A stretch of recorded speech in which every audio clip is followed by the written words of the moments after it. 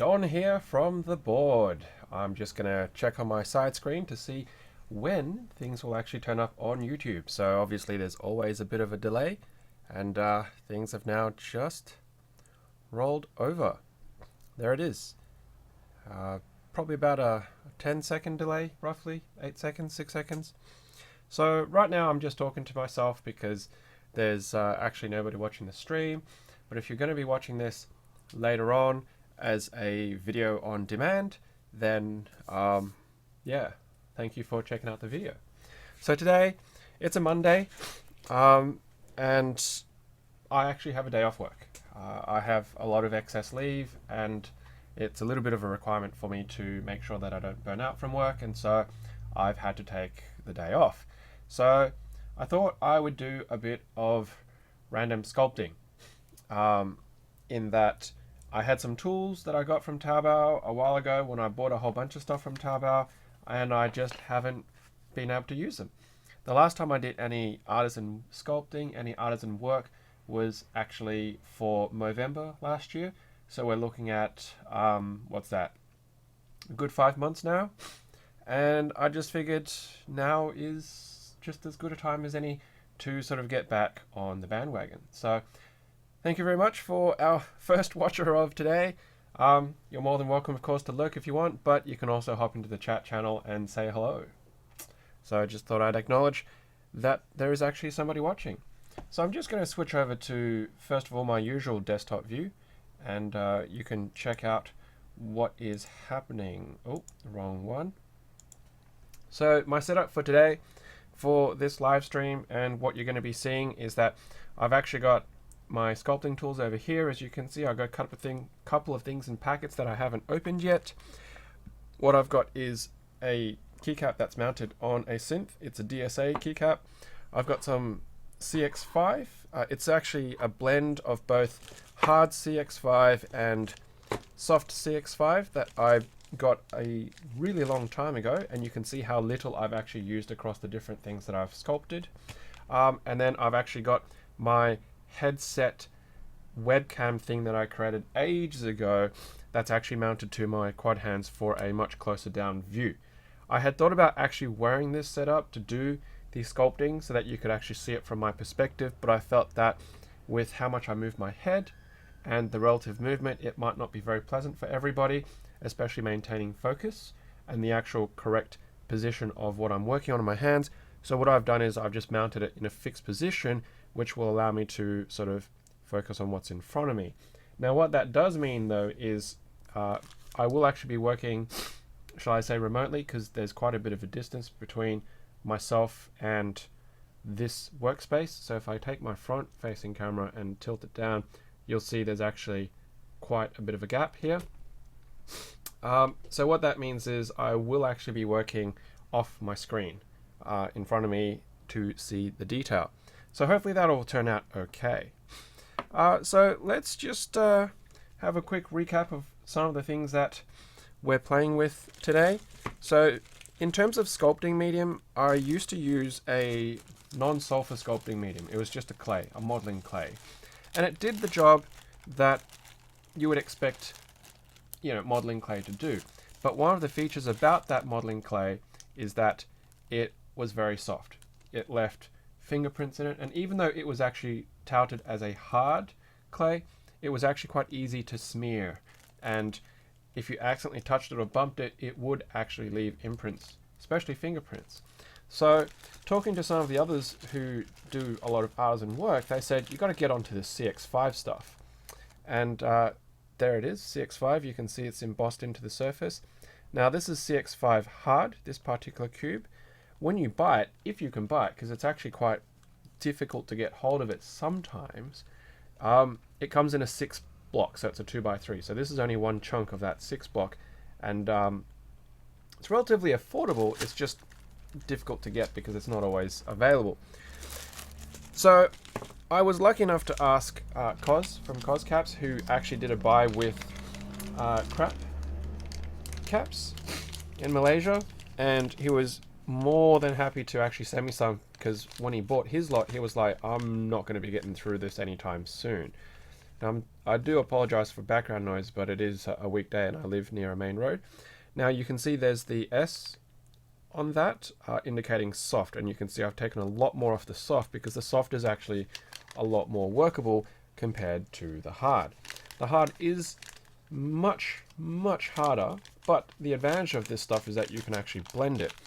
And so what I've got here in this little ceramic tray is actually a blend. It's probably closer to 65 or 70% soft and about that 25% hard. And you can see, you know, in this form it's flexible. I am able to bend it, but it's quite resistant to that bending. It does make it hard to apply, but it does actually hold detail really well. Now in this current form, that's what it sounds like. That's how rock hard it really is. And you can see it is deforming, but obviously you can tailor what you want to do with it just by blending ratios of soft to hard. Now this does soften up with heat, which means you can use, you know, a heat gun, or you can use a heat source like a little crucible pot kind of thing if you have it available. Or for me, when I start off with, I actually use a microwave to heat this up so it's pliable, and then I can apply it onto either the synth or a cap and then start doing the actual sculpting work. Now moving along, over here on the left hand side you can see the range of tools that I've got, and they're mostly dental pick related. I've got a blunt scalpel over here, for example, so it's got an edge but it's not sharp, like, you know, I'm not going to cut myself unless if I use a lot of force accidentally. I've got some leather punch tools if I want to sort of make indents there. And then I've just got a range of dental picks and sculpting tools. So there's sort of round spade tools and whatnot. But what I was missing was actually ball points. So this is one set that I bought from Taobao that obviously I haven't actually used, and this is the first time I'm opening them up, which is some ball points. So if I'm just going to hold it up to this camera, if it'll let me focus. There we go. So it's a very small ball on the end there, and then obviously larger sizes as we go up across the different tools. And that'll just give me a bit more versatility in getting roundedness, round sort of spherical surfaces. And the other things that I got was these silicone tips. So I don't even remember what these were originally advertised in the listing as tools for, but they're just a variety of different sort of silicone chisel tips. So they got flex in them, but I felt that it would be a good kind of thing to get because you could use them to actually smooth out surfaces and details and edges as required. So they were actually really cheap. I think these were only about $2 Australian roughly, and the other ones were very, very similar in terms of their price. So you know what, let's just take these out of the packet. There's no point keeping them in the packet. They'll fit in my general compartment there. I can rummage around and be satisfactory. Hey Cree, thanks very much for coming along and checking out the stream. You are way too into this. What about this is it that you're way too into? Now I do apologize if I'm going to have a bit of an annoying sort of sniffling. Now it is actually autumn technically, moving into winter here, and I kind of caught a little bit of a cold overnight, so I do have a runny nose and sniffles, so I do apologize. Now while I wait for some kind of response from people listening, I just want to show, so this is a synth. This is the version 1 point something. I'm going to call it the 1.2. What I've got here is a grab bag keycap in DSA. You can tell it is a grab bag keycap because it's misprinted with both home and the #/#3 key. Okay, it's one of the lowest profile keycaps short of a cherry keycap or a row 4, row 5 DCS that is readily available. Now I chose to use the DSA profile for today's sculpting because it's uniform. It means when I bulk it up with actual sculpting medium, it's going to be uniform all the way around in theory. If I was to use, say, a cherry profile or a DCS profile from the lower rows, that means there's a bit of an angle on those keys, so I would actually have to pack it unevenly. Not that it technically matters a lot, but it's just, for ease. So Kree's saying his bank account hurts. Or sorry, I'm assuming gender here, but Kree's bank account hurts. So much GMK, so many artisans. Well, I can tell you, it would hurt even more if you have a lot of keyboards and you try and generate content like I do here on this YouTube channel. I think at the moment I've got about 20 keyboards.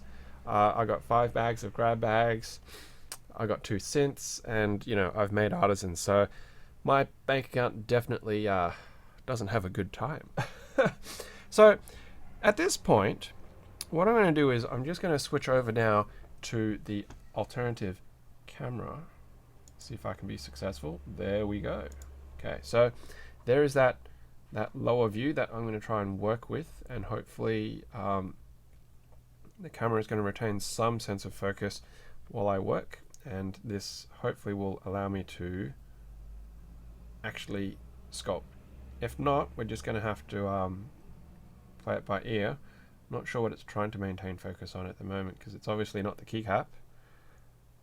Hello. Hey Cameron, thanks for joining the stream. It's great to see you again. It's been a while, hasn't it?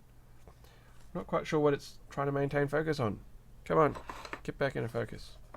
It was working earlier, which is why I sort of resulted up on this particular setup. There we go.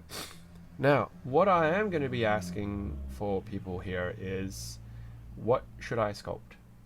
So I'm working with somebody from the community who's part of our the board podcast community, and we have a particular concept that we're thinking about. So this is going to be kind of a test case for it. This is going to be a community-driven sculpt through, obviously, this live stream. What that means is it's not necessarily going to be the best sculpt or the greatest sculpt, but it's an idea that you guys are going to throw my way, and I will try and make it. The resulting sculpt here, at some point in time, will turn into something, hopefully, that people can get their hands on, but it's going to be a bit of a, I suppose, community or social experiment, the way that we do this. There will be costs involved, of course, but I don't want to give away too many things right now, simply because if it doesn't work, then I don't want to bring any sort of disappointment. So what I'm going to do right now is I'm going to go and microwave this so it's soft, so I can start applying it as a base to this keycap, so we can start sculpting and playing with it. And as we go, I might just periodically have to go away and just heat this up so we can actually make it workable again. But have a think about what you want me to sculpt out of the 4 people who are actually here, and put down some ideas, so I'll have something to work with when I get back from microwaving this blend of CX5 soft and hard. Alright, so I'll be back hopefully just under a minute or so. Just start throwing ideas around, and if new people join in, just let them know in the chat what's actually happening, rather than them staring at a keycap not knowing what's going on. I'll be back.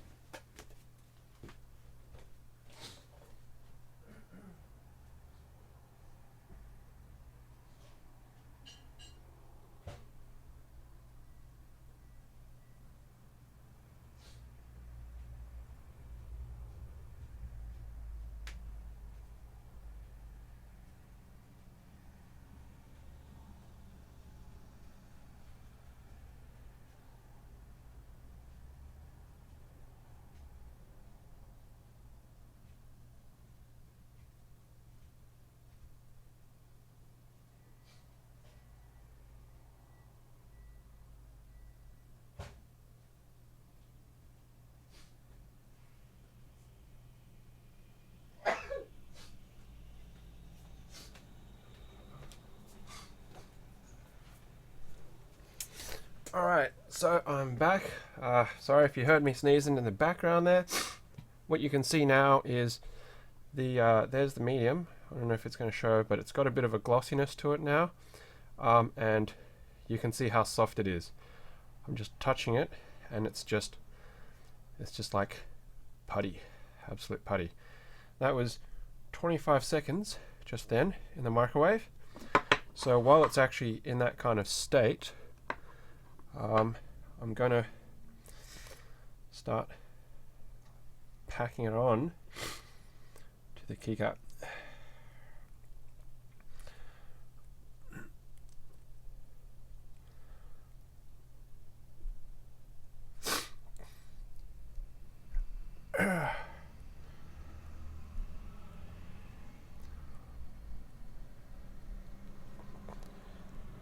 Well, looks like our viewership is dropping off dramatically. We've gone from 4 to 2.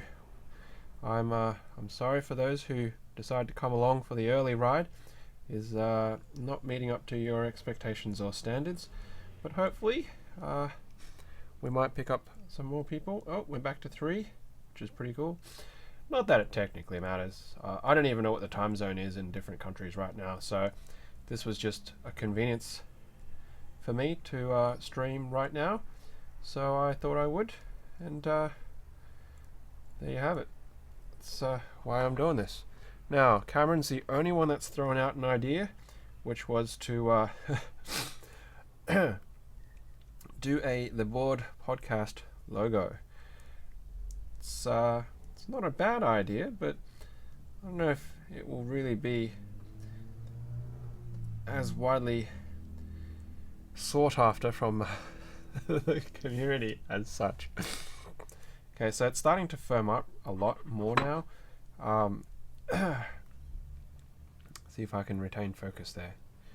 Is that gonna get into focus? I think I might need some kind of start off far and bring it up, or am I going to bring it up really close and then it's gonna, there we go. So you can see it's actually picking up fingerprint detail in that, and it's pretty firm now, but I can still sort of push and pull and sort of blend that around. Now, do we have any other suggestions from our other viewers on what they would like me to sculpt besides our own podcast logo? Funnily enough, I have to look at a reference picture of our own podcast logo. Like, I know what it is, but the fine details of it, I don't know how well I know it off by heart that I could sculpt it without a reference picture. What have I got as a reference picture?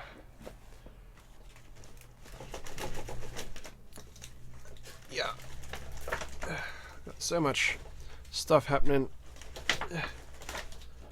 Right, so there's the original the backing material that I used to use and have. And look at that massive logo. Now I've got to think about where I could prop that up so I can use it as a reference. And let's see, how am I going to go about this? Now my sculpting medium is already really sort of firmed up. Hey Fluffy Papa 22, welcome to the live stream. Do I have any builds in the works? What do you mean by builds? Do you mean stuff that I'm just working on in general, or things that I've started building but I haven't actually finished and created? Because the term builds is a little bit subjective, I think, depending on the individual. I'm actually applying so much force that the keycap's coming off the synth. So you can see I've just put a little bit of blue tack there to help it hold on. So I kind of need to just give it another press down. In general, I still have a 96 key that I need to build, but the issue with the 96 key is I don't have any spare switches that I want to use in it right now. So I have these box navies, and I'm so keen to use them in a build, but I want to save them for a split keyboard. So I've put together and I actually modified my VEA clone. See, that's actually really hard, and I don't know if that's actually doing anything. I don't want to microwave this now simply because it's got the cap inside it, and I'm afraid if the microwaving is going to warp the keycap. So this might be better suited if I was using soft, 100% soft, as opposed to this soft blend. So I'm going to have to not use that.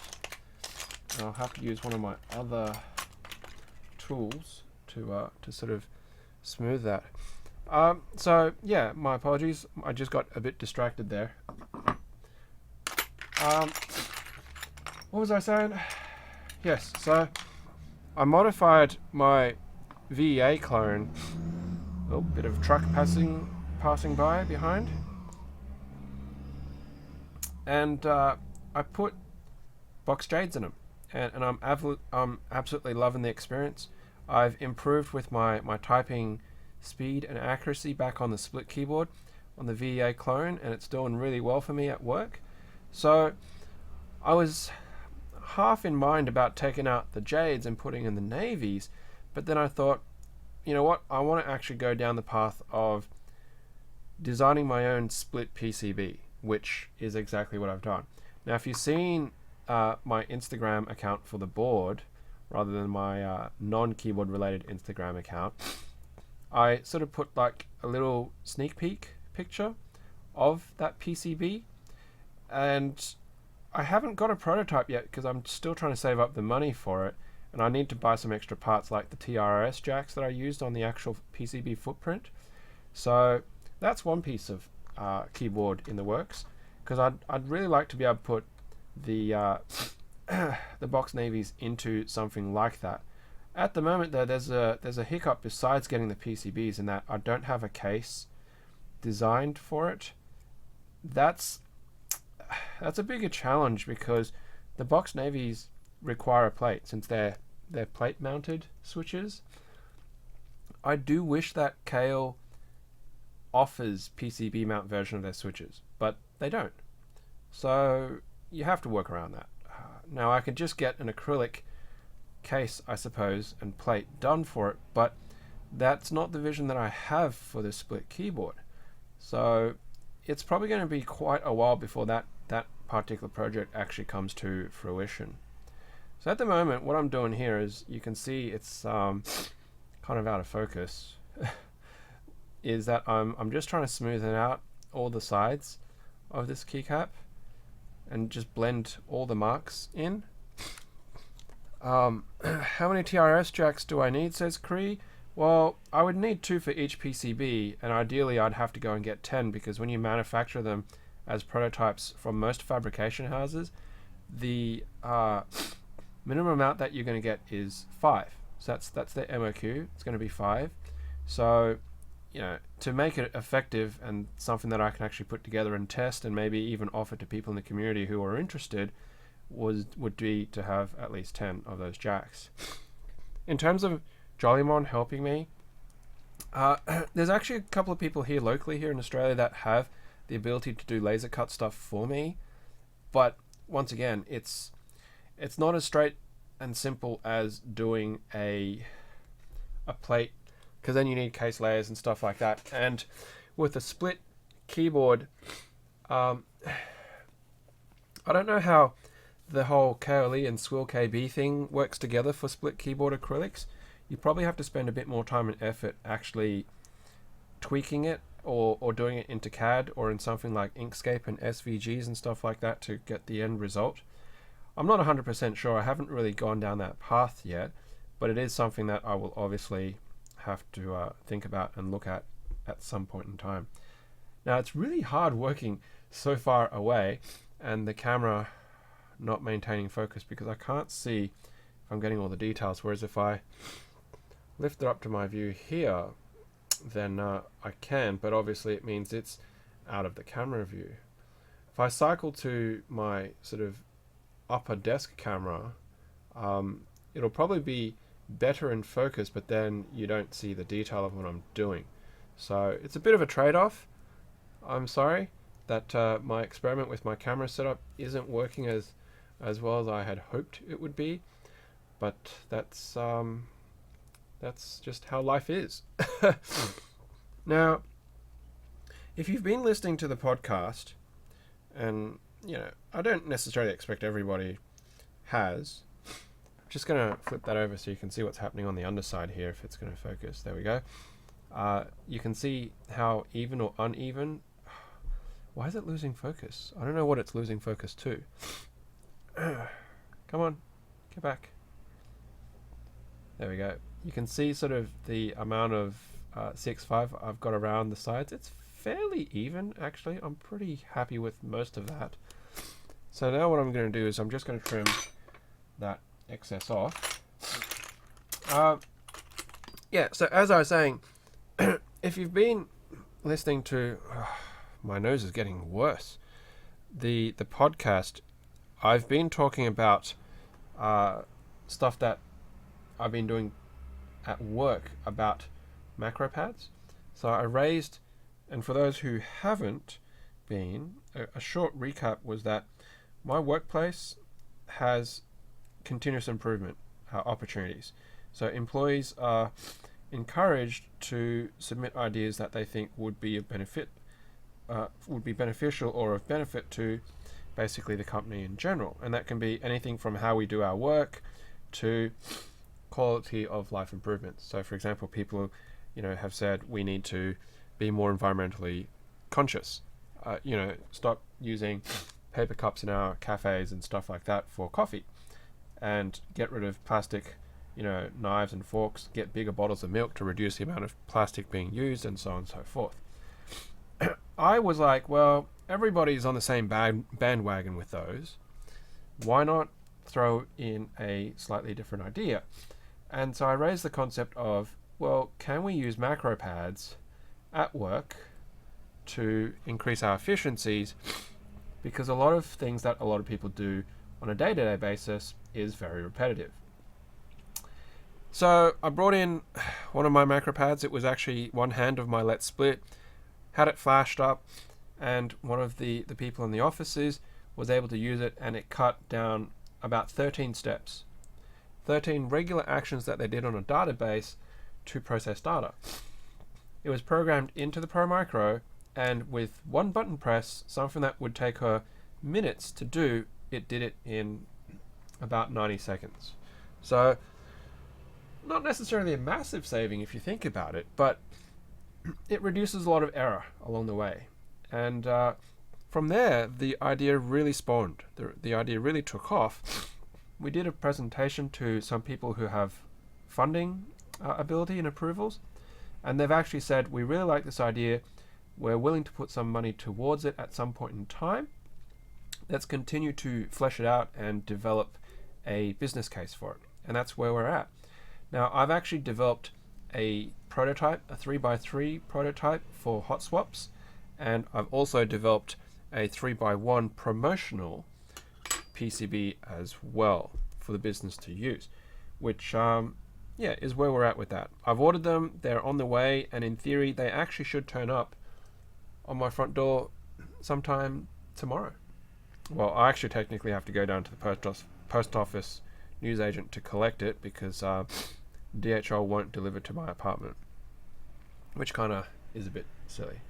Alright, so here we go. Here's my base platform. It's fairly smooth-ish.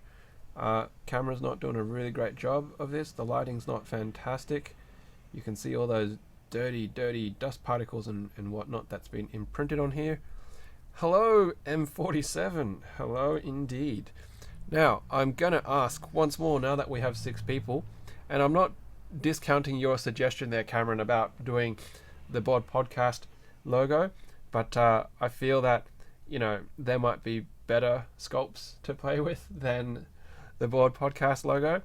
Do people have any other suggestions before we commit to something on what I can try to sculpt on this this live stream? Just give me a second. I'll let you guys ponder that while I have some water.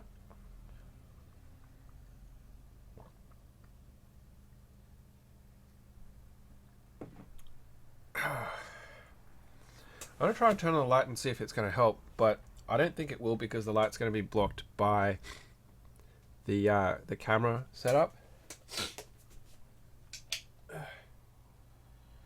Yeah, so you can see the shadows aren't really helping it very much at all. Just going to turn that off. A keycap of a keyboard. A keycap of a keyboard. Any other suggestions before we start committing? Because I guess if we're going to do a keycap of a keyboard, we might as well do our logo because that contains a keyboard in it as well. I will say I'm not the world's greatest artist or sculptor, so fine detail is going to be challenging. Anybody? Anyone else? This cold is absolutely murdering me right now. It wasn't this bad when I woke up, but some Aussie animal. Ooh, that's a hard one. Could do, I suppose, like a redback spider, maybe. A NASA military style switch, the sort you see with caution stripes around them. By the way, hello John. Thank you for joining us here. So you're kind of talking about like what do they call them? Missile switches, where they've got the top and you flick them open and you press them. Is that kind of what you're talking about?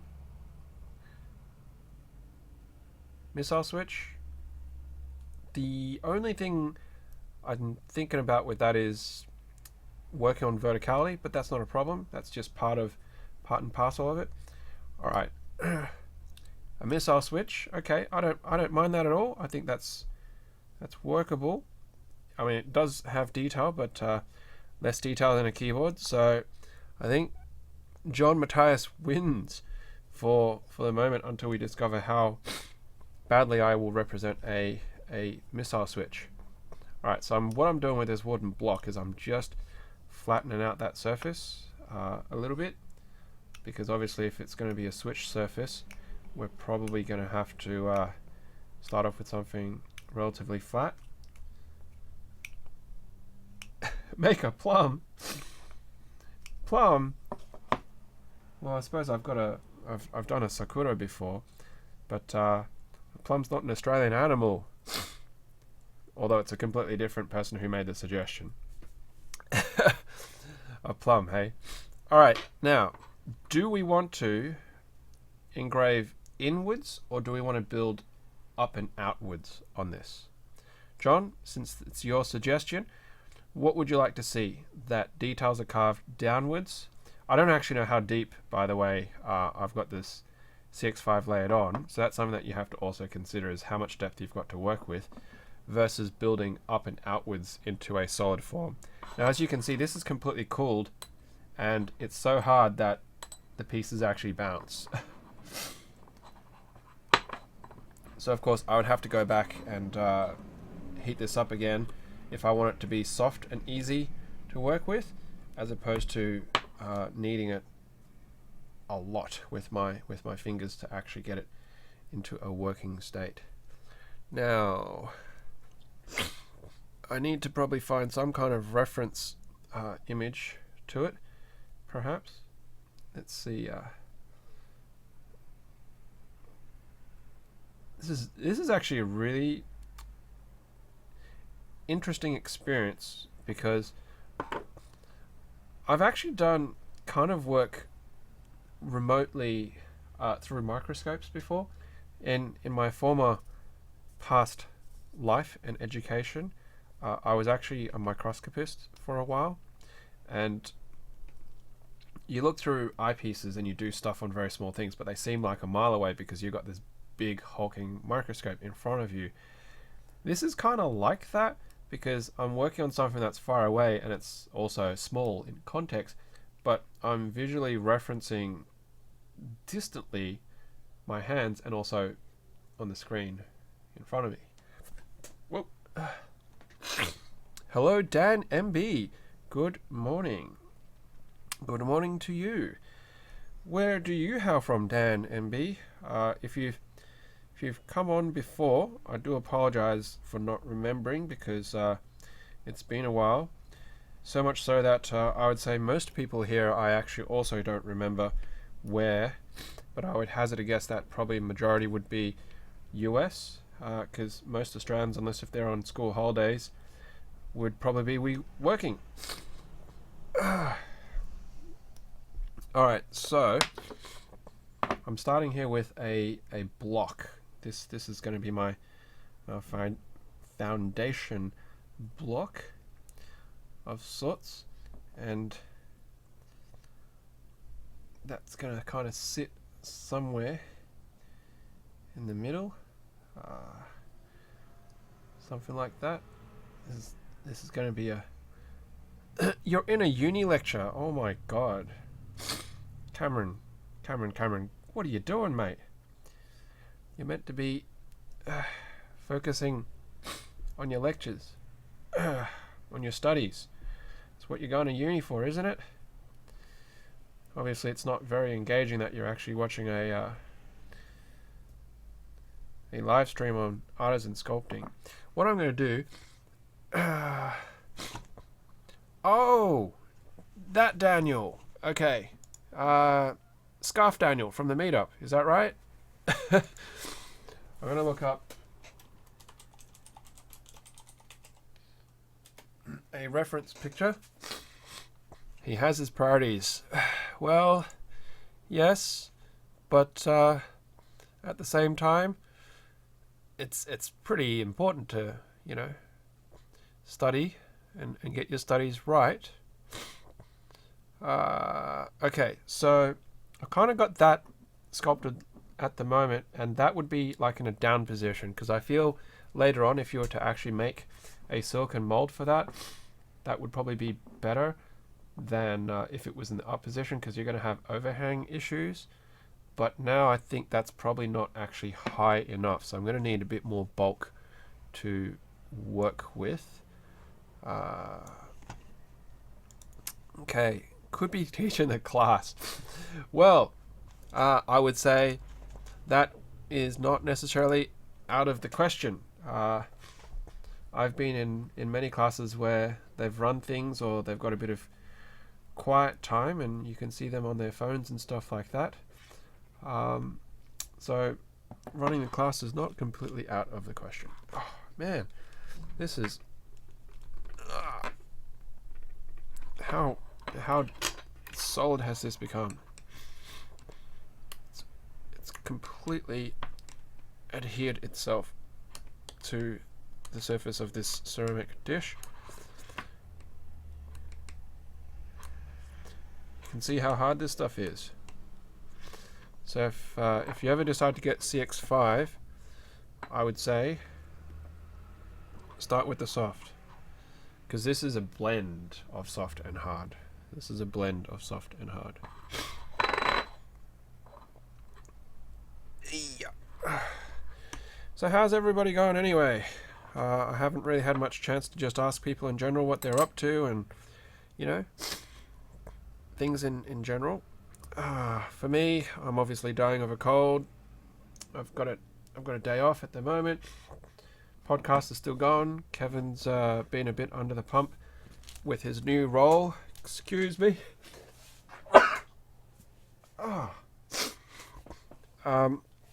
Working in a new job in a new country. So, and by the way, for any of you guys, if you are actually watching this and you don't listen to the podcast, you might not be aware that we have a monthly giveaway that's sponsored by Kibio, which includes a kit from Kibio's catalog. So you can actually win a complete, well, not a complete, but you'll win a PCB kit that allows you to build something from Kibio's catalog. And at the moment, we've also got some keycaps, some Idea 23 keycaps that are available as a giveaway. So if you do listen, you would already know about it, so get your entries in. If you don't listen, just listen to the latest one so you know what the actual competition is and get your entries in. So, everybody loves free stuff, and why not? Alright, so I'm starting to work this piece into shape, and I'm going to have to just knead that bit off. It's a lot of effort. Cameron says, I'm planning on designing a keyboard to make with a mate, PCB and everything, just for fun over winter break. Oh, that's pretty sweet. It's tell you what, it is actually quite a fun process. Having started off with very little knowledge in making PCBs, and now I have a little bit more knowledge. I won't say I have a huge amount of knowledge. It is actually something that can be really enjoyable, addictive, and frustrating all at the same time. You put something together and you think it's going to be fantastic, and then you run some kind of check on it and it tells you you've made a mistake, and then you're like, alright, well, I'm going to go back and fix that.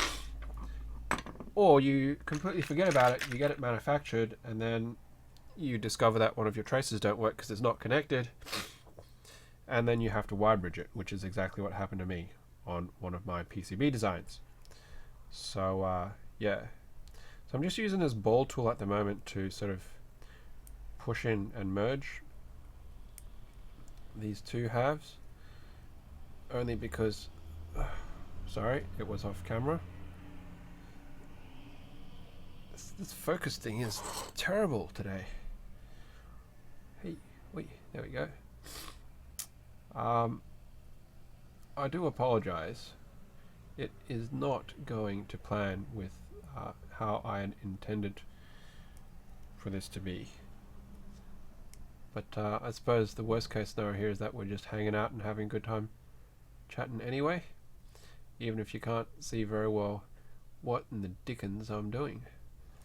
Yeah, so one of my fan pads, the actual original design for, I think, the V3, now I suppose technically it's V3.1, is that I was missing one of the traces because I built it and I put it together, I flashed it, and I was like, all of this works except for this one key. What have I done wrong? And so I was just troubleshooting everything I could, left, right, and center, and then I realized after multimetering everything I could, that one of the traces wasn't connected, and I was like, really? Did I somehow miss that? So I went back into the keycard files and I was checking it out, and lo and behold, I did not connect the trace. But I ran the design check, and the design check actually said it was fine. So I was very confused at what had happened there. Right, now at this point I do have to merge that blob in, because otherwise silicon's going to get into that underneath that overhang as well, and then it's probably just going to get caught and tear and stuff like that. Karen says, started making a 40% board, but uni got in the way. Now it's got a 3D printer, you can prototype. So how are you planning on prototyping PCB with the 3D printer? Are you going to print and fill it with like conductive material for your PCB, or do you mean just the case that you can prototype at home with the 3D printer?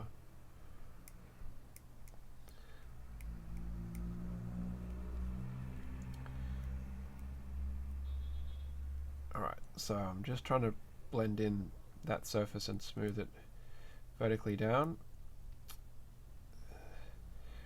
Now, let's just see if I can... I'll show people what I'm actually reference imaging to.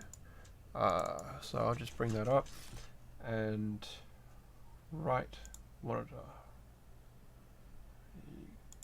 Ooh, there we go. So I'm kind of looking at these switches, and I'm kind of going for a look like that is what I'm going for. So it's just a fat switch with a bit of a front edge on that. Sorry, so I'm talking about this particular type, this look. Obviously not in the raised position, but it's going to have a bit of that overhangedness and angled back on it. Probably have to clean that up a little bit, but I don't want that angle to be too overhang, because that'll make it difficult for molding purposes. So that's what I'm looking to do. So let's get back over there. Rightio. So just prototyping the case, design the PCB and order it online works well. Well, as long as you've got the capacity and finances to do it, I would say go nuts. Absolutely go nuts, because you know, you'll only get better by trying and learning. That's really the best advice that I can say. You can and ah a lot about it, but until you actually get down to doing, you know, you just won't know. You just won't know. I guess I'm not going to be using the ball tools for doing a lot of actual curved ball surfaces, but I'm just playing with them at the moment anyway because I can. Gonna have to try and, hey, come on, is that gonna work? I still don't know what it's trying to focus on. It's kind of like trying to focus on the top edge here where the stand of my monitor is. I don't know why. It's a bit silly, isn't it? So yeah, it makes it actually hard for me to see what the heck I'm doing as well, because like I said, I'm kind of relying on that focus of the camera. So while I'm doing this, yeah, just throw me questions if you guys have questions, or you can chat amongst yourselves and ask other people what they're doing and what they're up to as well.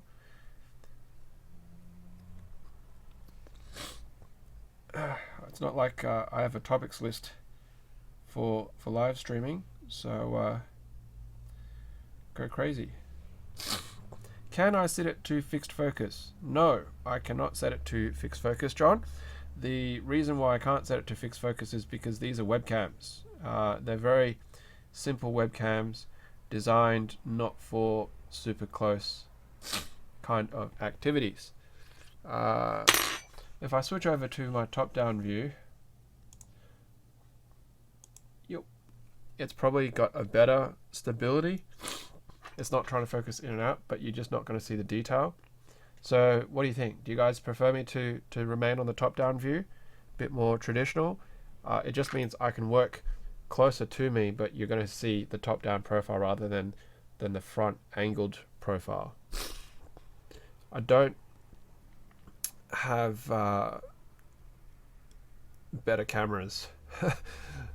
Obviously, that will give me fixed focus, kind of like if I was using a SLR with video mode on it. I mean, that would be absolutely amazing if I could actually get hold of one. But you know, you're looking, at least in Australia, in the order of about $1,000. Yeah. Syncing the sound. Oh, I hate doing post-recording editing. I'm really bad at it. I mean, I'm completely self-taught, and so is a lot of other people who create content. But I don't know if I have necessarily the patience or mindset for it. Just syncing and cutting frames. I mean, it's bad enough that I have to do it for the podcast when we record in split track, but trying to do it for videos, you'll find that's why I don't have any fancy transitions on my videos, and I also don't do a lot of multi-take kind of stuff. The most that I really do with my videos is I record them in multi-part, and then I just merge them, or the time-lapse. So, and that's mostly because, yeah, I'm really bad at video editing. Now, I'm going to say right now, it's a bit phallic. It really is a bit phallic at this point in time. Like, when you look at it from the front down, it's kind of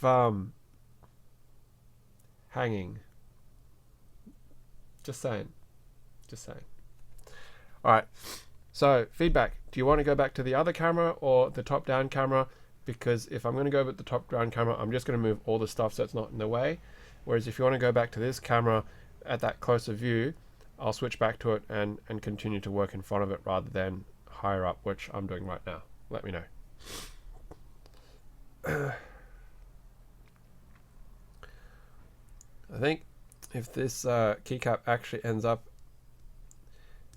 doing what we're thinking of doing, the color choices will make a big difference in in how it is representing. Where's my reference picture? To resize a window. Okay. Well, we have one vote for the top camera. Anybody else?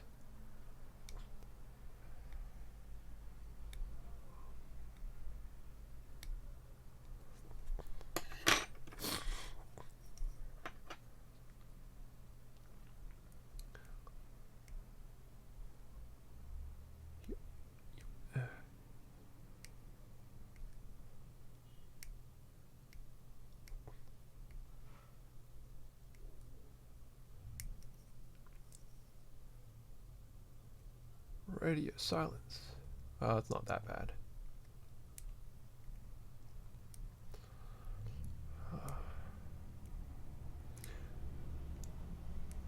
Now, obviously the last couple of weeks also I've been a very strong proponent of the hub keycap set on Kickstarter as created and being marketed for the Van keyboards.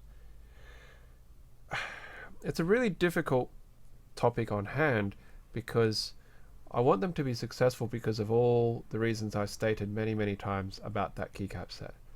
But right now, it's... Excuse me.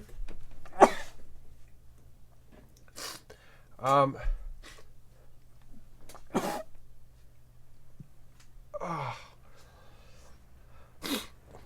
I'm going to say, if I have to cut this stream short before I finish this, it's because of this. Well, if nobody else is going to feedback about the camera, then Fluffy Puppers wins because he's the only one that's actually said that he prefers that top down. Move that.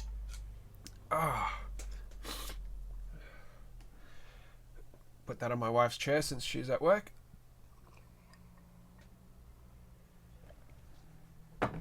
This entire room is our creative space, by the way. This is the second bedroom of our tiny little 2-bedroom apartment, where 3 of us live. Myself, my wife, my 2-year-old little squishy. So my daughter actually sleeps out in the living room, where her cot and stuff is. So we converted this second bedroom into our office. So I've got my computer set up here and my wife's computer is there. You can just see the edge of the monitor, and then all of that side, so like there's a demarcation line right here. This in front is all my stuff, keyboard, 3D printing, and then everything on that side is my wife's, which is sewing machine, cutting boards, snap presses, all of her paper stuff, all of her paint stuff. So it's absolutely chockers. Absolutely chockers in here. When all 3 of us are here, because my daughter's table and her pens and crayons and all that stuff is down there, it's really cozy. I'll say that. It's really cozy. So being able to have a day at home with neither of them around is kind of nice. As you know, as well as it can be. Like, I love my wife and daughter, of course, but sometimes being at home without them is awesome. Okay, so I'm just cropping that top. So we're kind of looking like a munted animal of sorts, actually, right now. It's maybe like a creation from Spore, the old computer game. Let's just even that up. You know what? At this point in time, I really could just take the synth off and just hold this, because it is actually firm enough now that the CX5 is completely cooled off. Okay, what am I using? Make a dingo. Dingo got my baby. And if you're not Australian, you probably have no idea what I just said there. But what was her name? Azaria Chamberlain, I think. Back in whenever it was, they were at some campsite, and her baby disappeared, and they claimed that a dingo actually came and stole her baby, and there was a lot of controversy and jail time and it broke up their marriage and all sorts of things. But in the end, I don't know what the coroner's inquest resulted in. What the official story was. Does anyone remember? I suppose I could just quickly Google it, but a dingo. Well, we already committed to making a missile switch, so unless if it's going to be a missile dingo, where it's a switch that you're going to press that fires dingoes at people, might have to save that for the next time I'm working on a sculpt. A missile dingo. That would be actually quite funny. Alright. Yeah.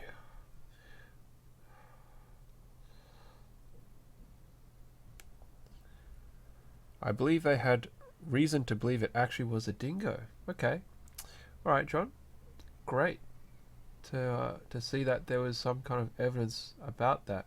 Because I know they had all sorts of experts that claimed that it wasn't, likely because the behavioral patterns of the animals were this, that, and the other. And yeah, I suppose it's good that 30 years of people not believing her may have actually resulted in what do they call it? Vindication. You feel vindicated. So I'm just using the silicone tip. I don't know if it's actually doing very much. It is a relatively firm silicone tip. Maybe if I keep using it, it might actually do something. Maybe not.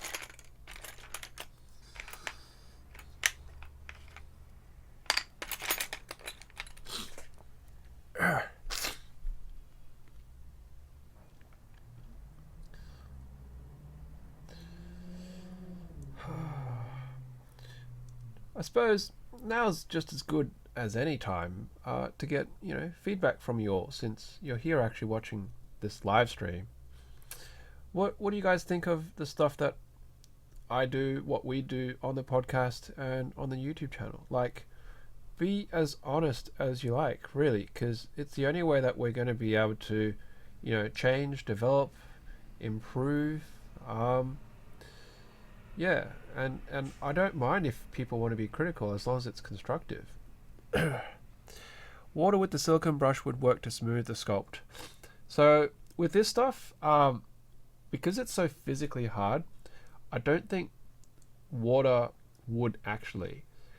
So with CX5, if you actually look at the product page, it says that the best way to smooth is to use heat. Because when you heat it, it gets glossy, and then you can actually polish it with like sandpaper.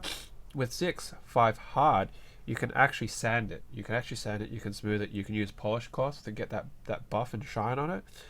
And they do recommend actually using like a heat source, heat gun type of arrangement to soften it so that you can actually sculpt it. I was thinking about booting up an iron and using the proximity of the heat radiating off the iron to do it. But then I'd have a hot iron sitting around on the side that could be potentially dangerous.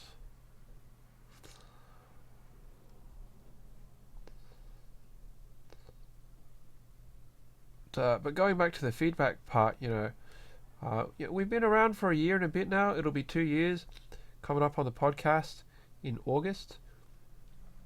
We've got pretty stable listenership, I feel. So pretty happy with that.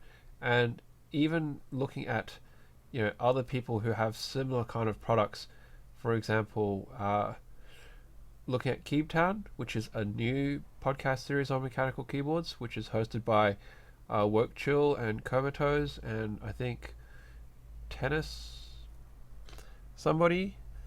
Then yeah, and they're doing great. So our listenership and sort of viewer numbers are actually similar-ish, which means people who listen to ours are starving for more content. So if you're in the realm of wanting to actually get into making a podcast even on mechanical keyboards, there's still heaps of space and opportunity there. Now, you'll notice that I didn't compare myself directly to, say, to TopClack, because they're a video medium primarily. It's a stream and a discussion. So yes, we do draw a lot of correlation in the content that we do. It's very different because what they talk about and their discussions, and I wouldn't say reliance, but just the format itself lends to a different style and atmosphere. So it's not a fair judgment on either parties, or any parties really, to be comparing, unless if you're doing actually a video stream activity. Now, yes, I believe they do also offer their episodes in a podcast form, but it's not the same because you won't get the same effect visually, with what they've put their effort into, like overlays and so on and so forth. So M47 is saying, if you want a way to smooth the clay, try looking up clay raking. Is that where you use those bits of thing and you scrape it away? I don't have to go and open another window on my already very crowded screen, and let's have a look at it.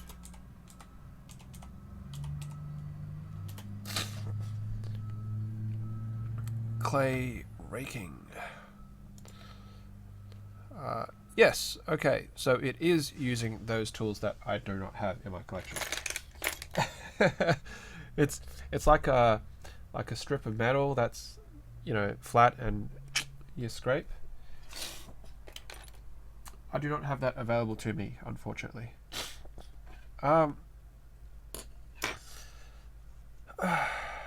John says that he's a complete noob, so can't offer much. Excuse me.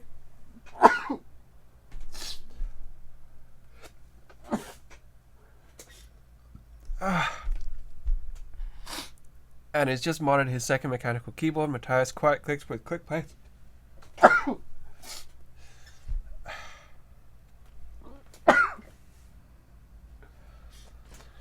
I hope I'm not absolutely saturating the microphone right now, so I don't want to be blowing people's eardrums out. I do apologize extensively.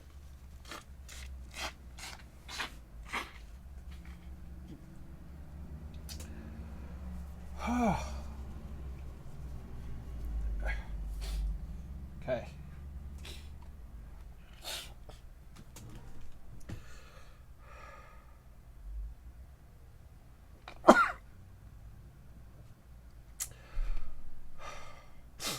Just gonna end up with a fit of sneezing. All right, come on, pull it together. Fluffy Puppers is saying that he'd like to see more vintage keyboards.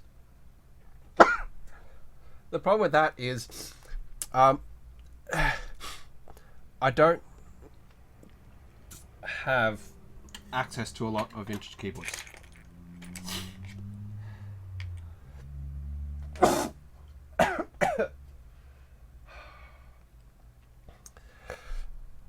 I'm sorry, John, and I guess I'm kind of glad that I'm 16,000 miles away as well, so I can't infect you either. I don't have... This is getting almost to the point of comical, why I keep sneezing. I don't have access to a lot of vintage keyboards because we don't really have accessible e-recycling centers here. A lot of waste that goes into e-recycling is closed off, so I can't do what Kevin's done and gone places and rummage around in their tips.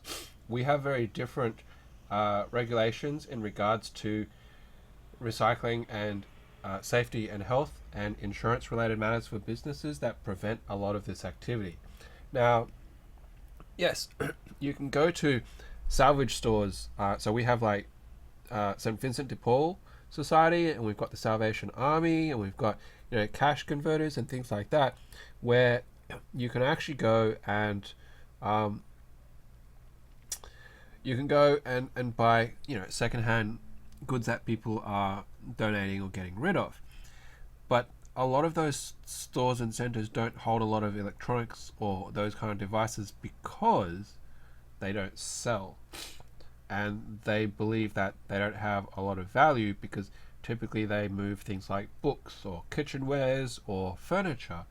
And with electronic items being generally obsolete very quickly, you won't find a lot of those kind of items on their shelves in general. So, I have really one vintage board, which is the Model M, and that's courtesy of Andrew, who was really, really kind to send that to me, and we sort of went and split the shipping costs on that. And the only other board that is kind of vintage-ish is that Philco with the Fuhua switches that was sent to me from Japan. So I would love to do more vintage keyboards, but they're actually really challenging to get hold of here in Australia. Now, obviously people are always on the lookout, and on Gumtree, which is like a Craigslist type of activity site here, but I suppose the other thing is the costs of actually getting vintage boards is also really difficult at times, because other collectors know the value, and so they will inevitably, fight for the right to be able to win and buy, so that they can collect and restore those vintage keyboards. Now, with your suggestion, M47, I'm using the back of one of these tools, which has like a serration on it, grit on it. It's sort of a crosshatch pattern on it, so it's kind of doing not a bad job. So thank you very much for that suggestion. It seems to be doing something. Okay. I don't know if my wife would appreciate me using the butter knife for sculpting artisans. That said, I could probably just use my daughter's eating utensils, because at the moment she won't eat with her own. She always wants to have adult ones. She sees what we eat with, and then she's like, how come I'm eating with these tiny little utensils? And so she's always wanting to do what we do. So now she eats with adult sized utensils, and she also eats quite often off adult sized plates and bowls rather than her own kid sized ones. It's a challenge. It really is, having a 2-year-old. Welcome, Lay and Waste 4. Can't wait to build my own keyboard, but this is really cool what you all do. Well, if you're very new to this community, welcome. There's heaps of people here who will be more than happy to help you in your journey, and if you have questions. And that sounds like a delivery. Hello? Yes. Thank you.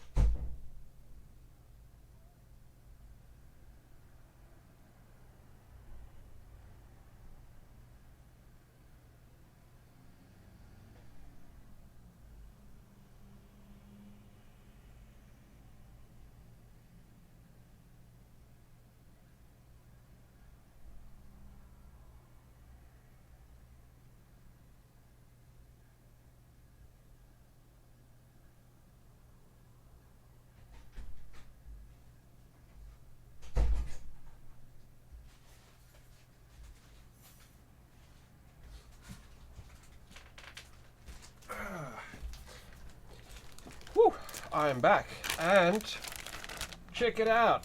So right at the start of today, on this stream, when I was talking earlier about projects that I've got going on, and I said that I had some prototypes for work. There they are. Awesome. Need to blow my nose again. I was actually expecting them to turn up tomorrow, so them turning up today is pretty good.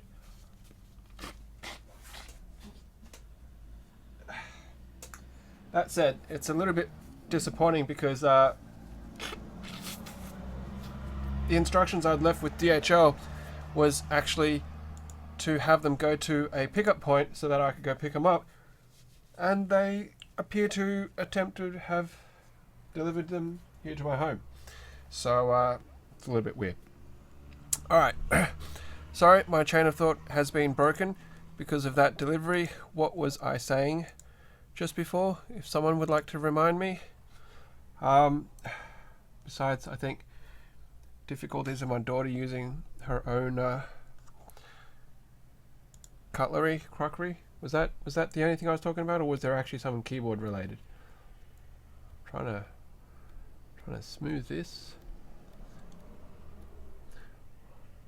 Now let's just have a look at that profile now, and you can sort of see the striation marks and it's starting to form that sort of look for the switch. Now, besides this basic shape, what else do I need to put on this to distinguish it as a missile switch? Looking for your feedback now, because this is obviously work that we are working on communally as such.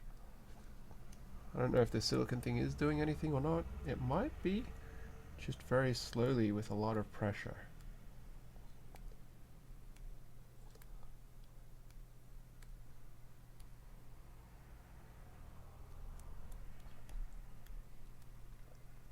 I feel like if I apply too much pressure with this tool, it's going to pop it out of its crimp at the joint, because it's flexing heaps with how much I'm pressing down on it.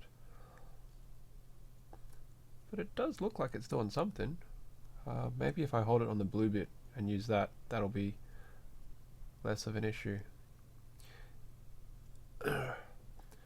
Cheese slicer. Rightio.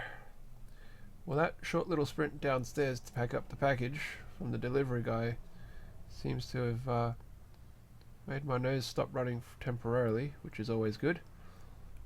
But I'm sure it's going to start up very soon again. Is that actually doing anything? You can't really see that detail on the camera, unfortunately.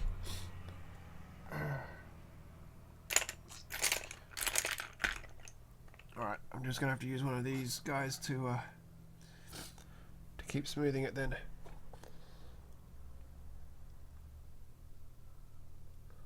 Then later maybe I'll do some kind of cloth polish on it. I think I need to add hinges on the back so it looks like it's actually got something that it'll hinge and lift up off. What do you guys think about that? Hinges? Some kind of hinge on the back?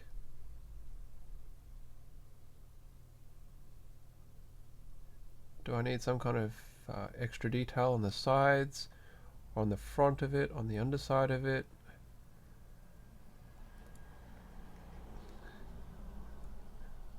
I'm work with me. Work with me.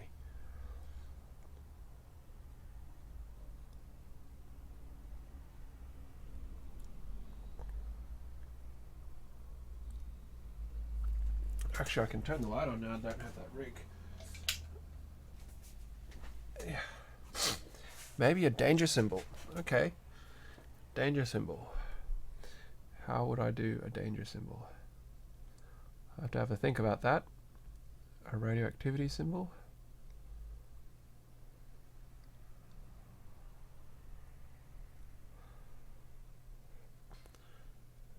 There are more extended front to cover, feet to keep it above the switch, and hinges at the back.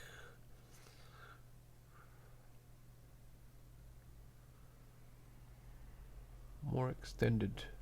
So when you say more extended, you mean this part sticks out more.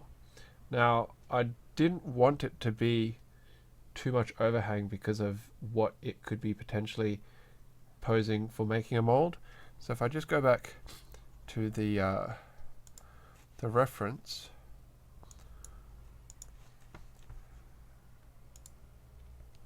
Okay, so there's the reference. So are you talking about this overhang bit where it's just covering the actual switch? So I can add something like that, and I can maybe do like a little cutaway, but obviously I don't want too much overhang here either.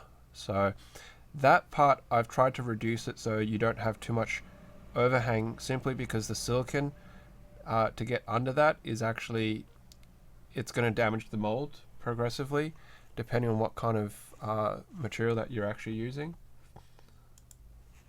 So is that kind of what you're talking about?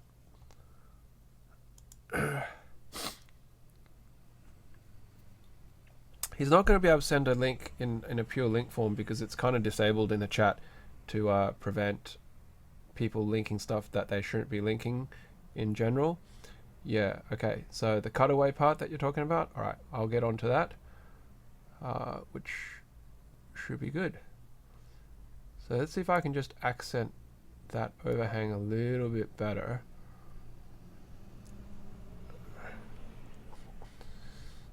Man, I don't know what was up with that sneeze fest I had just before. I haven't even had my flu shot yet for the year. That's actually happening in a couple of weeks. My workplace is paying for it because obviously if people get sick en masse at work, it's very counterproductive. So they appreciate if people actually get themselves vaccinated as best as possible to reduce downtime problems at work.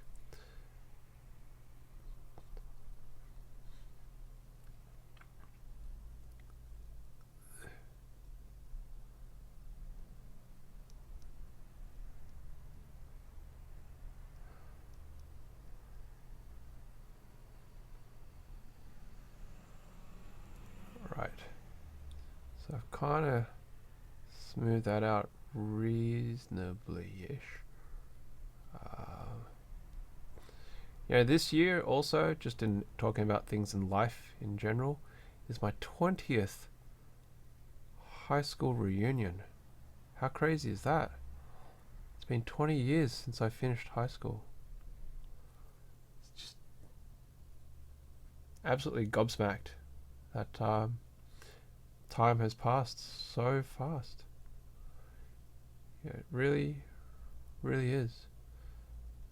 I actually haven't been to any of my school reunion milestones. Didn't go to the 5, 10 or 15 because I moved interstate and haven't really felt any particular need, but 20 is a pretty big milestone.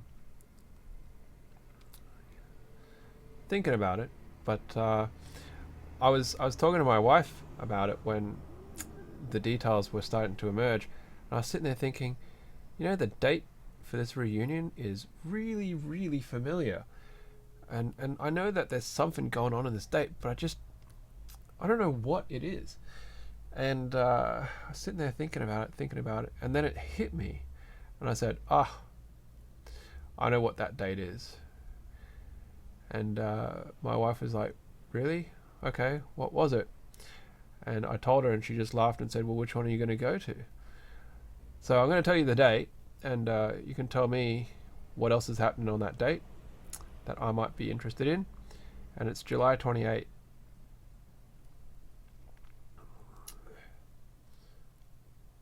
Of course, only one of the two events that I know that is happening on the day is kind of feasible for me to go to at this point in time, but I knew it triggered something with me.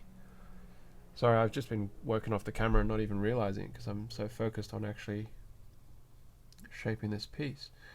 July 28th. What's happening on July 28th?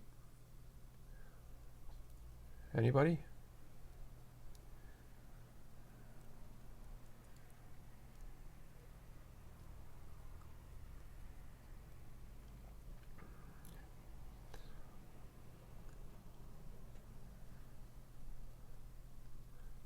Alright. Just trying to get this overhang bit smoothed out and even.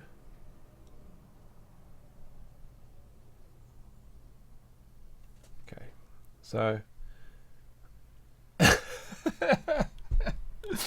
You're cracking me up, John. 388 battle at Aquagila. Empress Theodosius beats Emperor Magnus Maximus. I can't really go back in time. If I had a time machine where I could go to that battle, then I think my life would be very different. My life would be extremely different. All right. So there's the side profile of the switch now, of that missile switch. Will it focus? Will it focus? Actually, I've been watching Good Mythical Morning for ages now, just little clips of it, and it's a fun show, right? So that's where it kind of looks like at the moment. So it's very nondescript shape. Let's do that cutaway. So I need to use something like a sharp front pick to scratch it out first. Whoop. Okay, dental picks.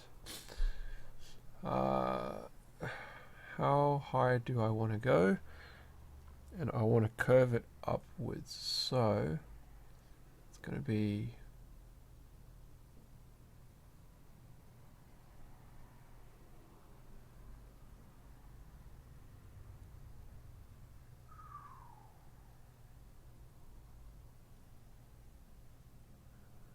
about that. Right. So let's see if I can get, yeah, so I'm going to take about that much off, because then that'll leave me a bit of space at the back for putting a hinge on that as well. So that's kind of the shape that I'm trying to achieve. And so now we're just going to start scraping some of that back.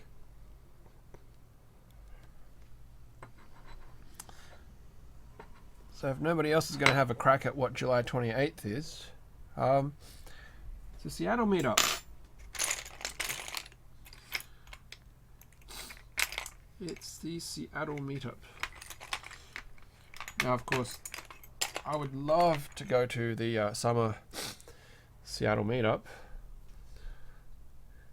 but financially speaking, the trip would cost about $5,000 for the whole family to attend.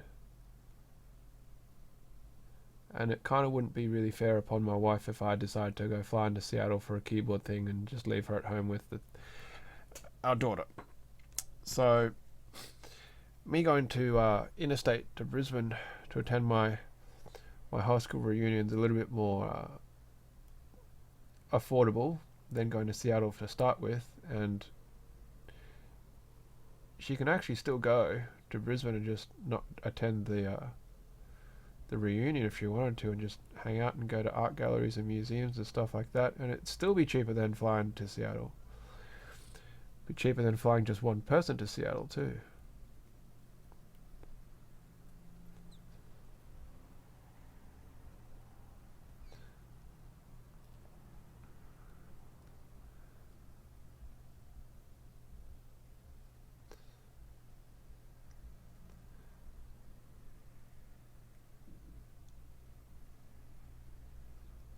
So now I'm doing a bit of scuffing and removal.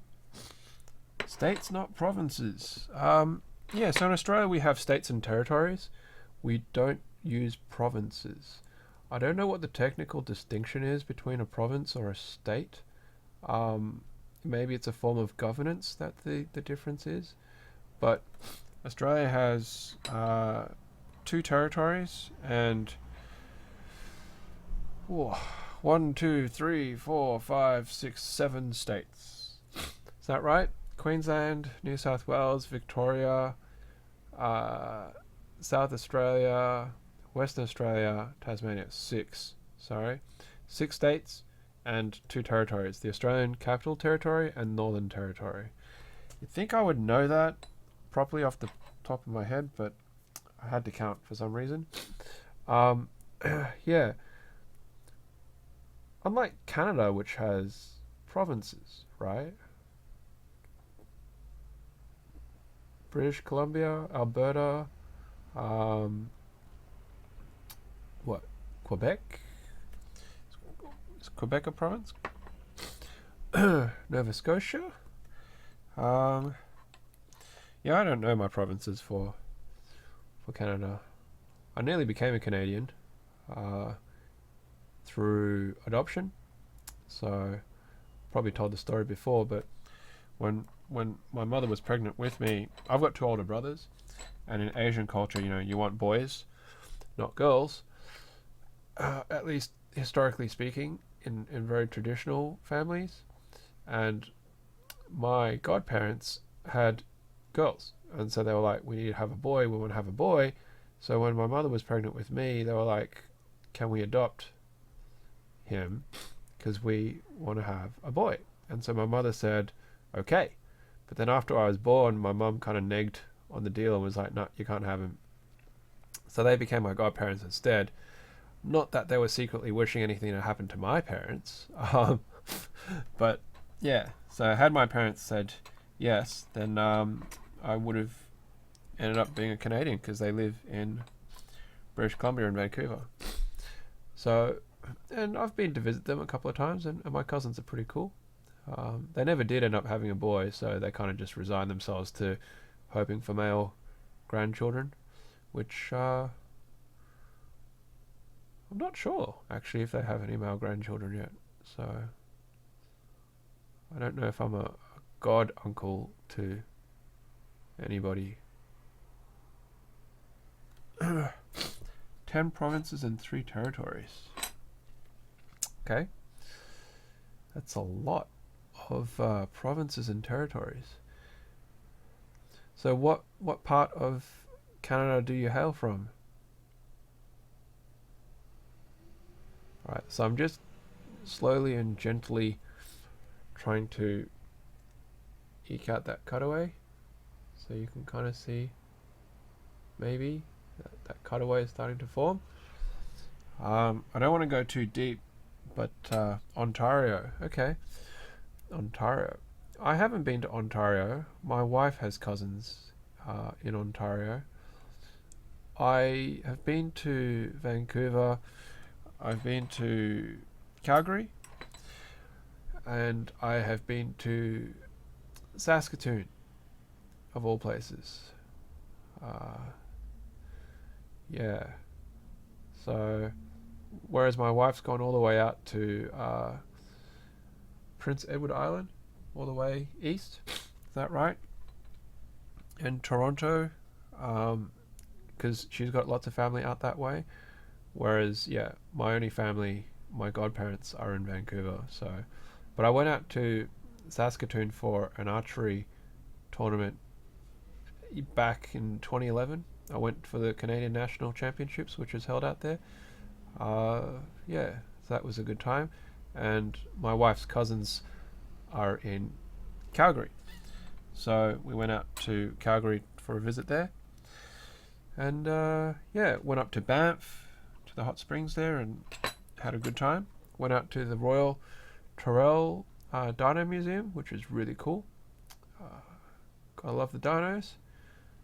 So yeah, I do really like Canada, and I think if I was to move to Canada for work or just a change in lifestyle, I would probably integrate in there relatively well.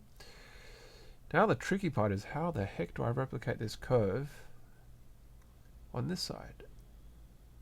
I don't have a template, so it's kind of going to be a bit dodgy.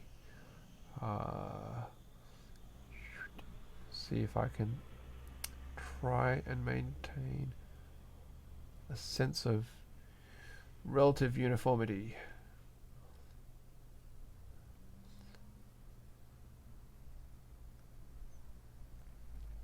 Vancouver is actually really beautiful, and the fact that it's got this massive several hectare park in the middle of the city, kind of Central Parkish, is really cool. Like, we went for a walk in that park when we were there, and it's really nice. It's tranquil, and you know, it's just lovely to have a big green space in the middle of town. Sydney doesn't really have that. Like, we do have Hyde Park, but it's actually really, really small. There's a dude outside with a leaf blower. I'm just gonna close the bedroom door.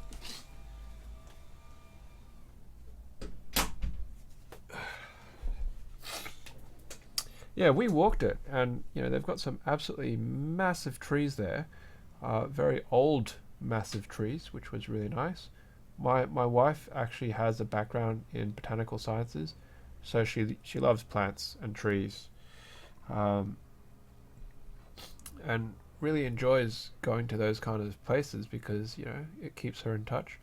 The area that she grew up in, Sydney, is actually well foliaged, whereas where I grew up in Brisbane, interstate, it's also well foliaged. So we do have a relative appreciation of nature in the urban environment.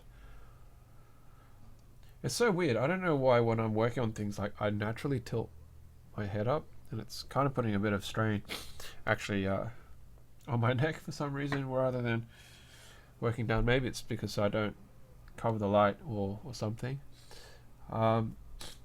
Yeah. I think by doing this live stream and showing some of the things that happen when you are sculpting and detailing, it will give people a better idea of how much effort and time it really can take to do something like this. Sculpting's fun if you enjoy it and you don't mind spending a lot of time with detail. But if you don't have the patience for that kind of thing, then it's actually really boring. You can be spending so much time smoothing and just picking out small details and carving and removing material, and it doesn't feel like you've actually got anywhere with it. But then you take a step back from it all and you look at it and go, you know what, that actual detail does change the way that things look. And you see heaps of people go, oh, I want to try sculpting, I want to try making artisans, and then you don't hear very much from them afterwards. That's because they probably get into it a little bit and go, wow, this is a lot more effort than I thought. Or they're like, I don't like the way that what I tried making looked. Maybe I'm really bad at this. Well, my sort of thoughts on that is everybody's got to start somewhere. So don't let it discourage you if you feel that what you're doing looks bad. Some of my original stuff, even stuff that I do now when I play around, just looks plain bad. But it's the enjoyment of the creation. You shouldn't be going into artisan making for the purposes of thinking profit, because you're going to have a bad time. You really will.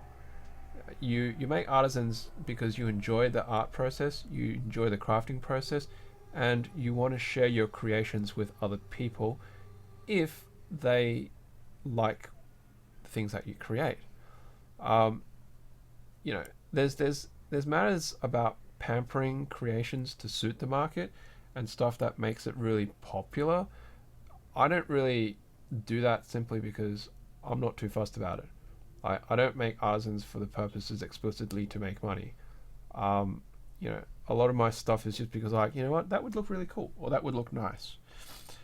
And I know my limitations in what I create. So some people have really grandiose plans in what they make, but then the execution part's the challenge. And if they can't execute, then they just chuck in the towel, because they're like, oh, I spent all this time and all this effort and all this money, and what do I get out of it? Like this lumpy bit of resin that cost me like $200, and then they're like, you know what, I don't have time for this, I'm just going to sell it all and try and make some of my money back. But you'll have other people who will look at it and go, you know what, I'm just going to keep at it, and slowly and surely they will improve their technique. They talk with people in the community and they improve. And we've seen some really amazing stuff from people who right at the start were just getting slagged by the community in general because they had really horrible looking sculpts in the opinion of the community. So you shouldn't let it discourage you. And if you've got the time and energy and the patience, the fine motor skills to actually do artisan related work, then keep at it. Just keep at it. I enjoy this. It's kind of relaxing, and when I used to sculpt, I would just have like movies on the background. I just listen to it while I work. And or if my wife was home or whatever, when my daughter was much younger and wasn't mobile, and didn't require attention. Not that babies don't require attention, but you know what I mean. Like, she can't go anywhere on her own, and all she can do is just cry. It's just one of those things that you can spend an hour or two and while away your time and come out with something and go, you know what, I made this. So there's the current, maybe cut out. Focus. The light's not really, the camera's not really showing it well, but there's an indent that's sort of forming there. One side's actually a lot deeper than the other, but I do need to start digging it down because there's still a bit of a curved rise on that. So if I flatten that out, that should give it a bit more definition. Like miniatures for D&D. Do you create D&D miniatures there, John? And what kind of D&D do you play? Are you talking pen and paper? Are we talking board game D&D?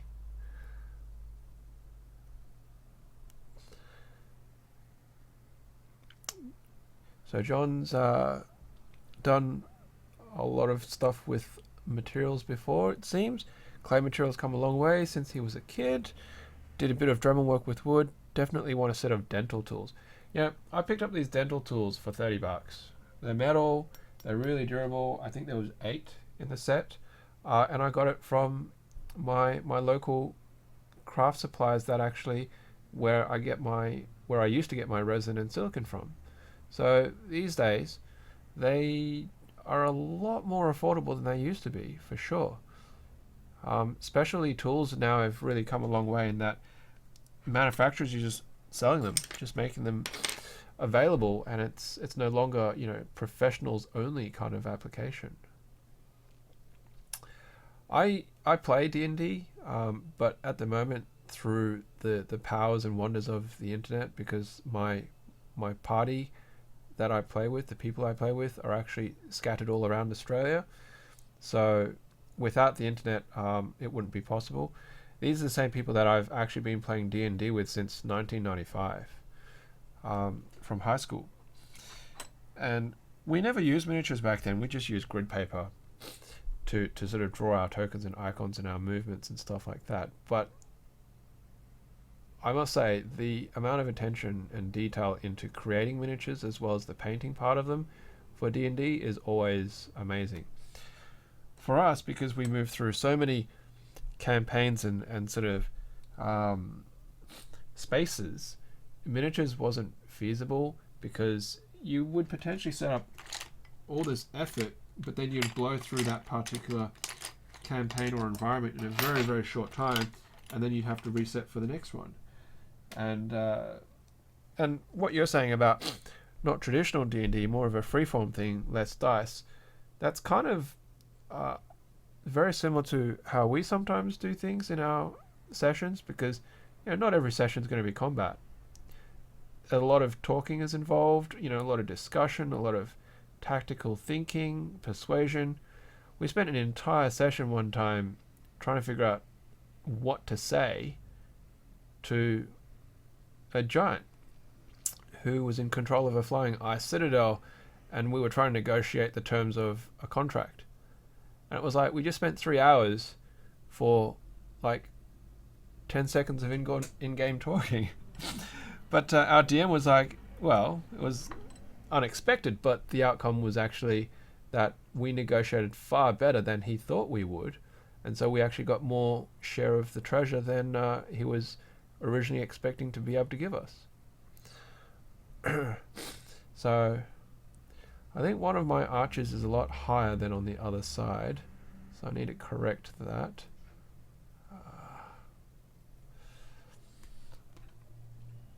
It's a lot of fun. It really is, and people knock D&D a lot, but it's one of those activities that can help you with, and when I say imagination, it's problem-solving imagination, right? A lot of D&D cops flack because it's just like a bunch of nerds sitting around drinking Mountain Dew, casting magic missile into the darkness. That's not the reality of it. reality is that you're put into situations where, yeah, you might have combat and there's dice rolling and being geeky and nerdy, but at the same time, you're trying to solve the problem at hand. Either the problem is with violence. Sorry, the problem can be solved with violence. You just beat the living snot out of something, or you can while your way out of it. And sometimes, like, we play 5th ed now. We used to play 3.5. We kind of skipped the entire 4th ed because we had a look at it and it was just really not to our style. And there are things that you can get in 5th ed called inspiration points, where if you do something that's really, cool, something different out there, then the DM can give you inspiration points because it was inspiring. And we've been awarded inspiration points relatively well. Now, our DM's really harsh, because if you read the rules about inspiration, they reckon you should get 1 point per session. And we'd be lucky to get 1 point per month out of our DM.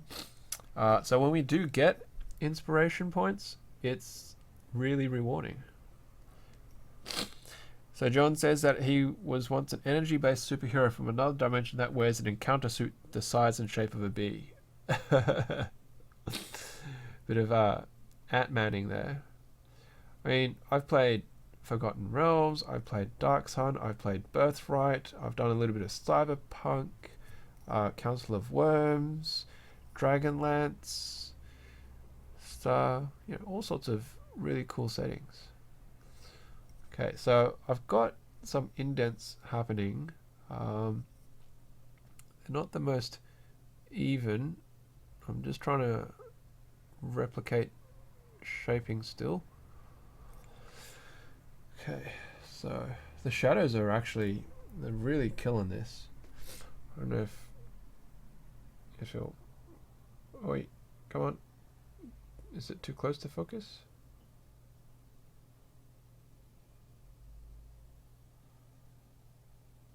Okay, so you can see I've got an indent happening there. It's not a very good one.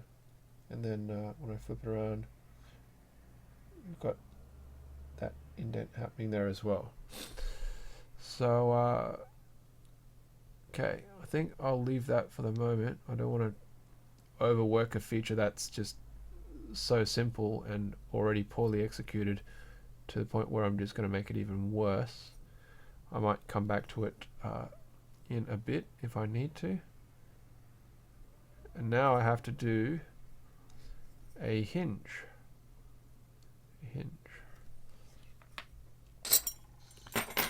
So let's get one of these pieces I had before. And I'm just gonna soften it up again just by kneading it.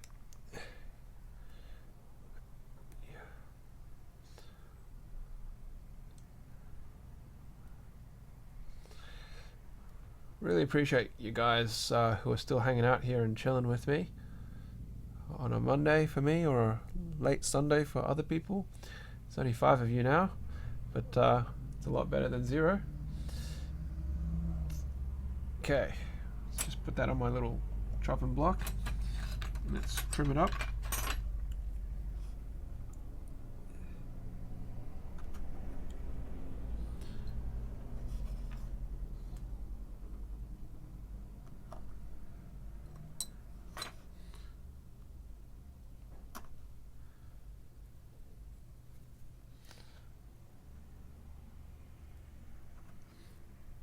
Okay, so I want 2 of these because I need 1 on each side. Try and make it as even as possible. So I've got a little square that I'm gonna just pack on, and then, whoa. So there's a out of focus hinge. So there's the hinge. So now I just need to meld that in and smooth that out now as well.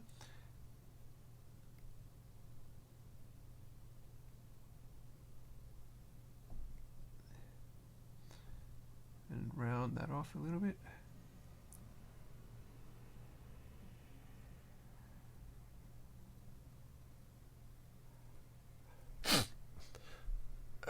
John says, my favorite is the thrilling adventures and fate-based games. Okay. How does fate-based games work?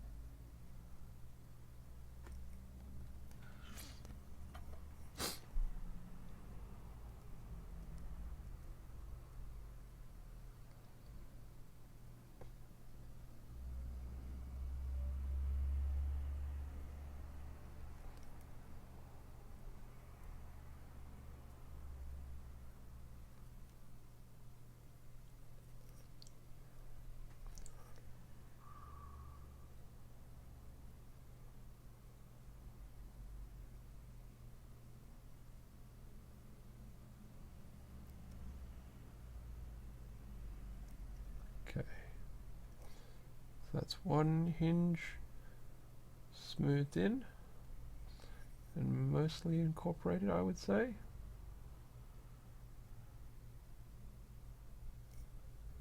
Now you can always make this harder as well by putting it into the fridge or freezer, because it will firm up the actual material, and then that will allow you to polish it and shine it and smooth it further with other materials.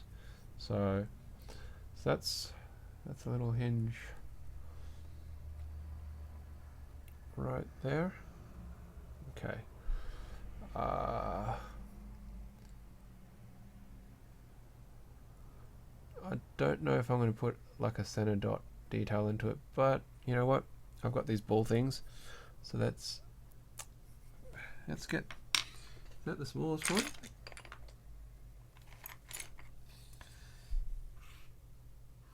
That looks to be the smallest one. I'm going to center it and just work that bolt up there into it. So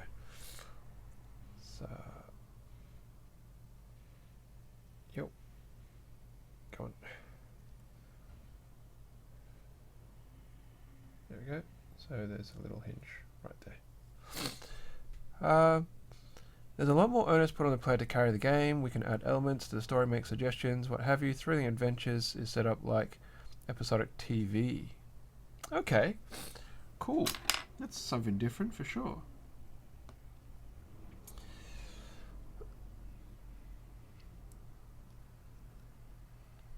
Right, so now this second hinge. This missile switch looks to be a bit old, worn, battered, well used, which I suppose doesn't bode well for its life and what it may have been used for. But missile switches in real life do have to get tested, because otherwise, if you never test them, when you need to fire that missile, you're going to have a bad time. Let's just smooth that in and join her up.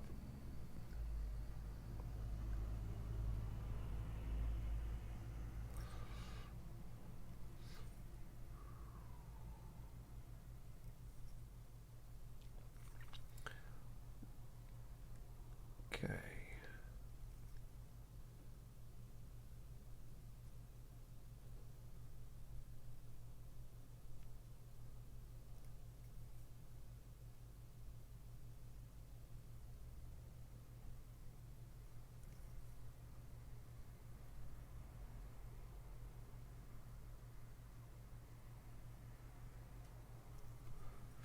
Hey, it's Taylor Rana Ruby.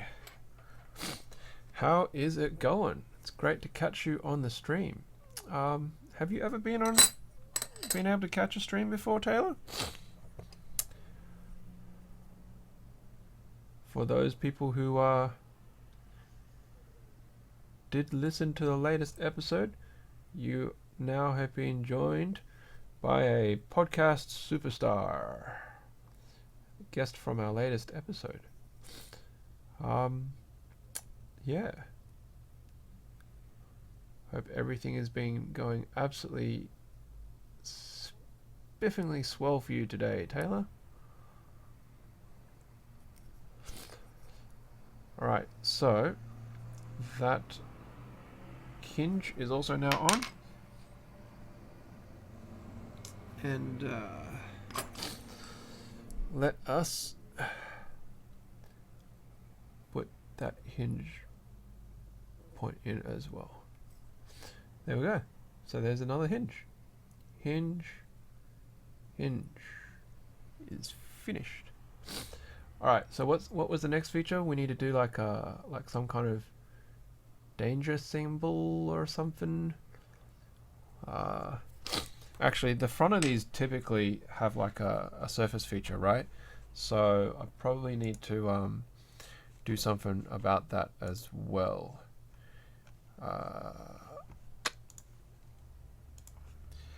It's typically like slots because the front of it's going to be hollow. Now I don't want to actually cut too much of that away, but I feel like I probably should. So let's just line some up.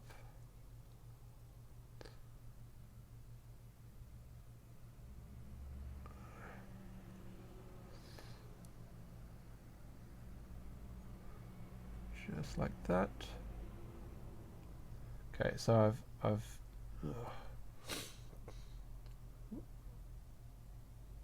etched that little box into the underside of that there, so I'm just going to scrape some of that away just to give it a bit of sort of depth and feature.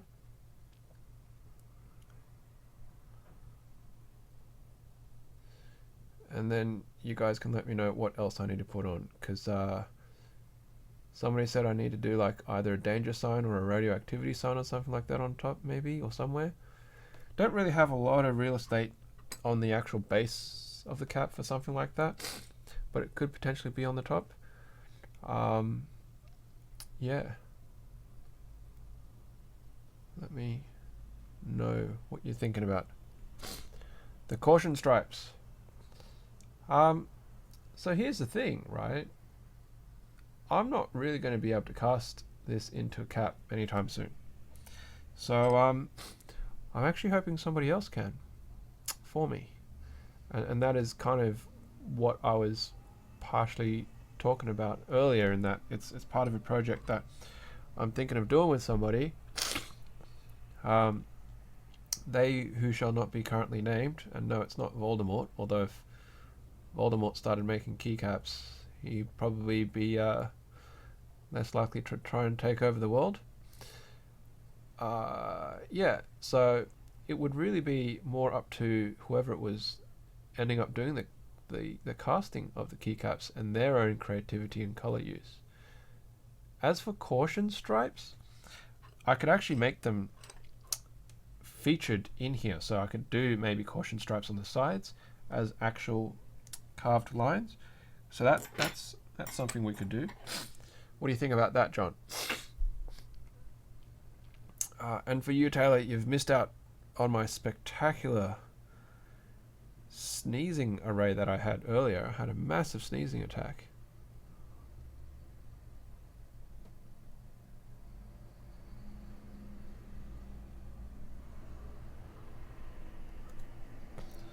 Cool beans. Alright, well, let's try and put some kind of like caution stripe features into the sides of this.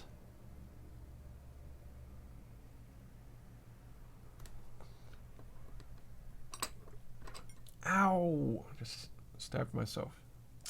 Dental picks are sharp. Bloody sharp. They're sharp enough to take plaque off your enamel. They're sharp enough to go through your fingertips.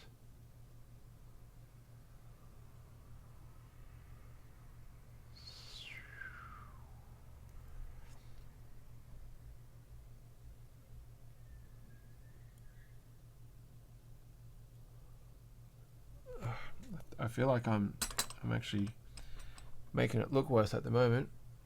My cut lines here aren't staying clean.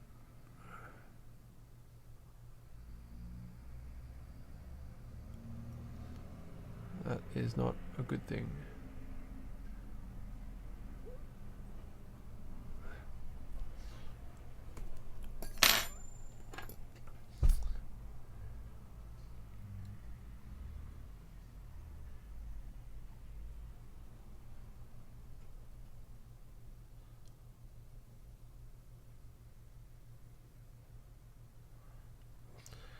Maybe if I use a straight edge blade to cut the diagonal lines, yep, I can certainly do that. I've got some wood carving tools that I can use to do that. They're just not very good for what I'm trying to do now, I think, because the majority of them is probably too wide for what I'm trying to achieve.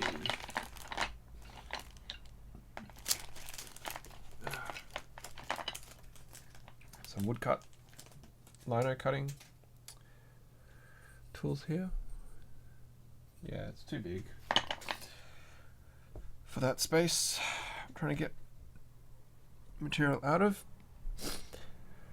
Can I apply a metal ruler to flatten various planes? I can, but because of how hard it is, I'd have to heat it up to really be able to smooth it down, and that's risky, because if you apply the heat and then it becomes difficult to actually handle without leaving prints or deforming other features.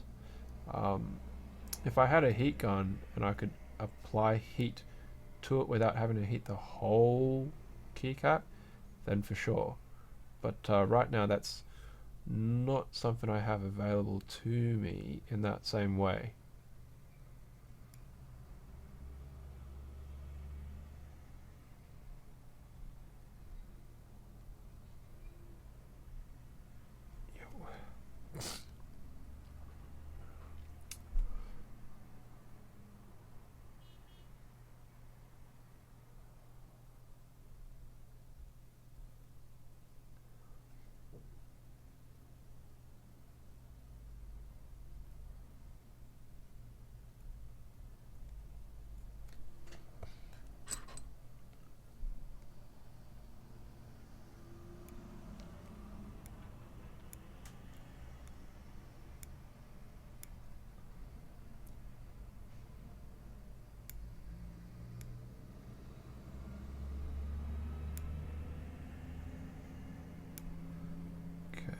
We're starting to get a bit of better definition here, which is good. The thing about working with modeling clay, at least, is unlike, say, wood or stone, technically if you do make a mistake, you can always revert it by adding more stuff. Whereas with wood and stone, once it comes off, it's pretty hard to get back on.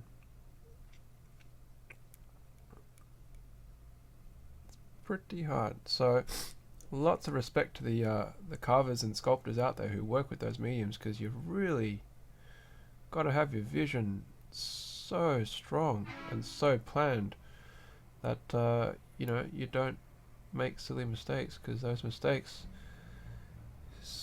very expensive mistakes, not just in financial cost, but you know, time, effort, blood, sweat, tears, frame of mind, just mental health, really. Like, I spent all this time doing this and then I've just gone and botched it.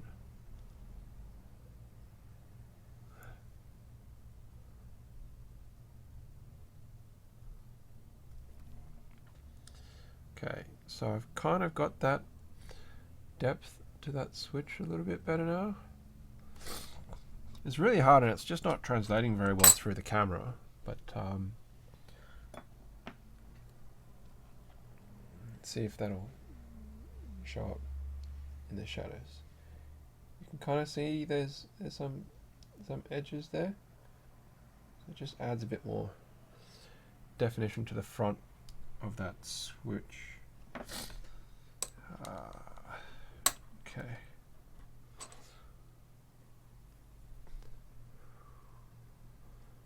thinking if I want to go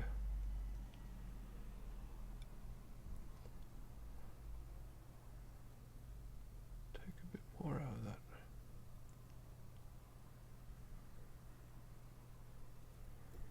Now the switch actually isn't centered very well, I would say. Because there's a bit more material on that side if you look at the underside. So it does actually look slightly off center. It's a bit thicker on one side than the other, but we can kind of fix that with you know, selective shaving.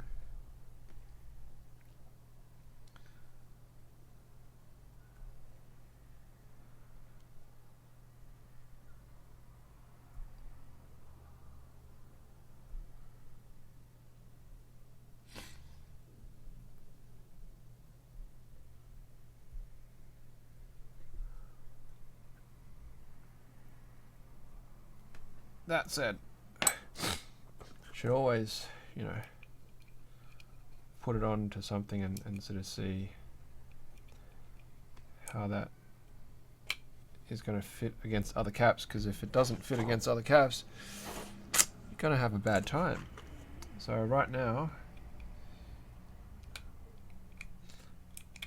it's too wide because it's hitting that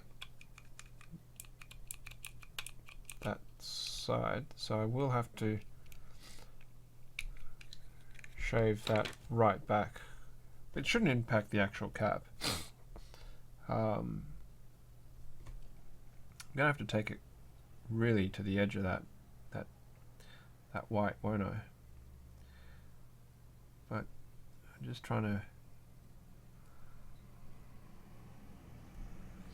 be careful in how I do that, so that I'm not going to impact. I'm going to shave at an angle. There we go.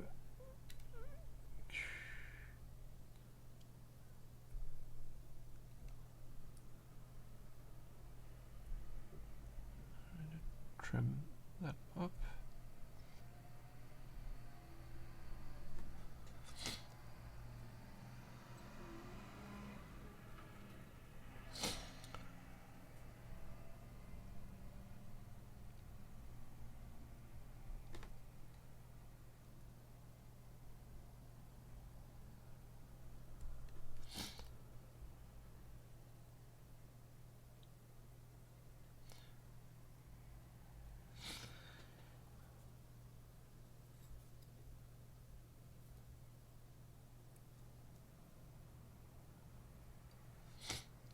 Yeah, and then the back will have to get a bit of a trim, and the front as well.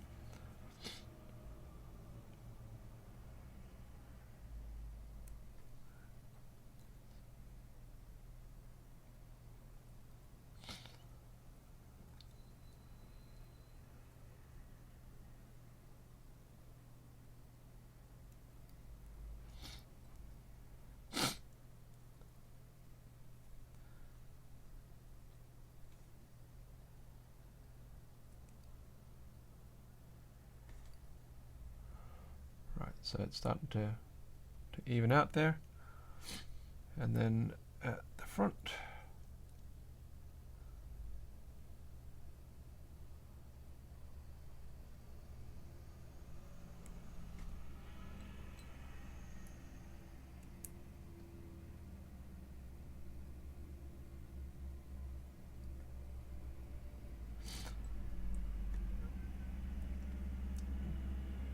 okay. So I'll need to sort of smooth them a bit, but that's a little bit, I suppose it's maybe a little bit more square, and the bottom is a bit better, and then I can check the fitment again. Yeah, much better. You can see there's a bit of that curvature down there, so that'll need to be straightened up.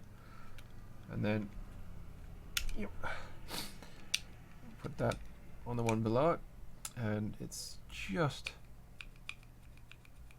got enough clearance on that. Okay. Perhaps a line at the back of the switch to separate it from the surface. I'm not sure. Oh, as in like along the back of the switch there at the hinge. Yeah, I think I know what you mean. So we can do that. But at the moment, I'm just going to flatten out that sort of scoop.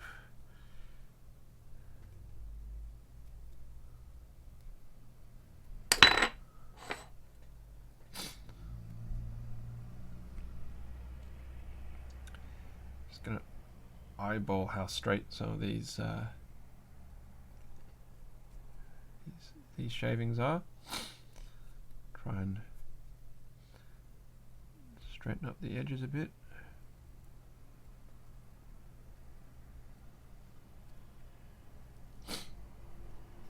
Okay. Right, so that's where it's currently looking at now. Now, you want that line at the back. I have a wood cutting tool, so I should be able to, that one's not wide enough. That one's the widest blade I've got. It's,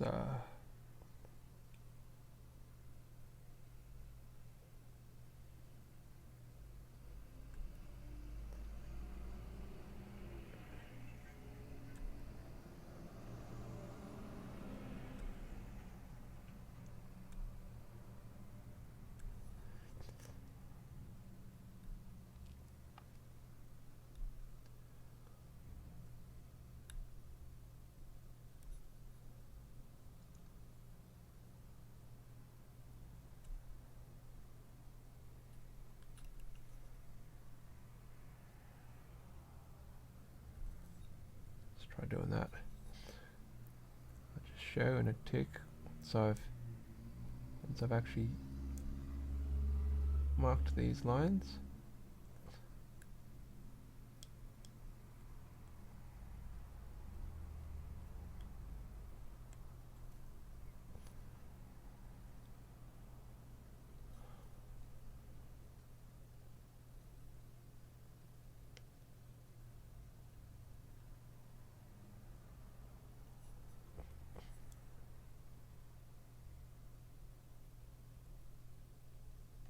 sorry, doing it off the camera there.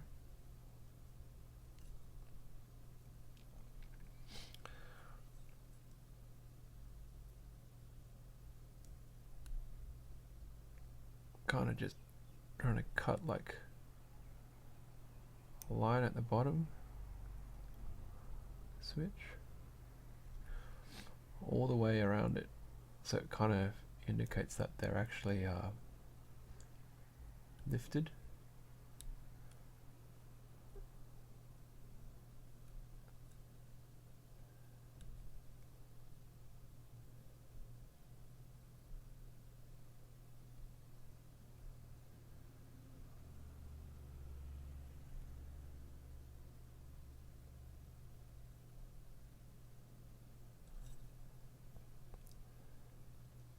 There you go.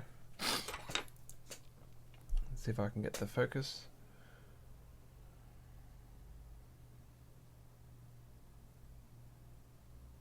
Is that kind of what you meant, John? There's that line at the back of the switch, and then I've kind of put, you can't really see it, but the shadow there shows it's a little bit darker, and then I've put a line at the bottom there as well, and then a matching line across the top, and I've sort of just accented the lines of the actual hinges so it doesn't look like it's fully melded in.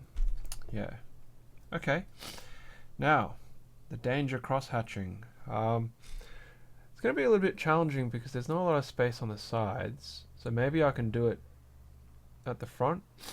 I can kind of go with just straight cuts, or I've got V-shaped cutting tools here, so it can be like a a V crosshatch maybe down the sides, and or how do you want this caution crosshatching to be done? Give me some thoughts on the matter.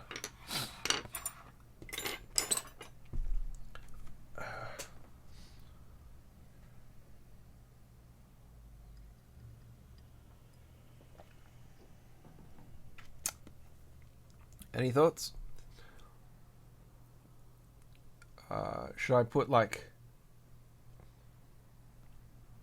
demarcation lines around it with also the straight edge?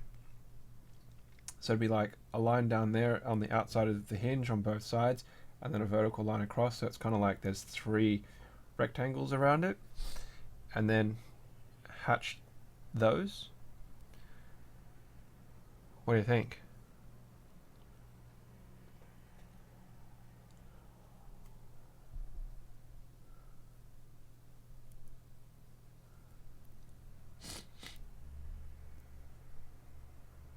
It's so weird being on stream and having the delay, to be honest. I'm still not used to it because, yeah, I don't do a lot of streaming, but all right. So let's clean that off a little bit. So I can try and get a bit of clean edges.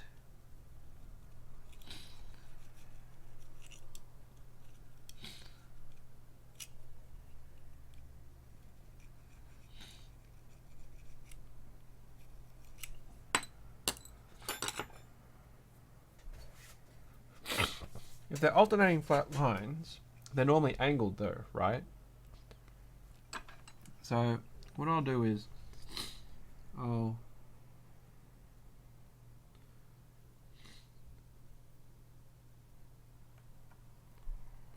run that line there.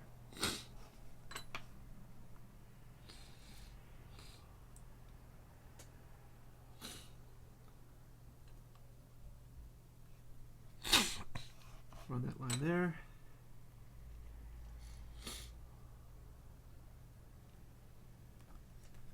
And run that line there.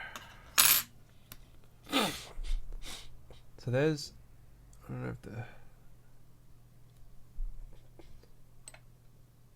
alright, so there's the 3 lines.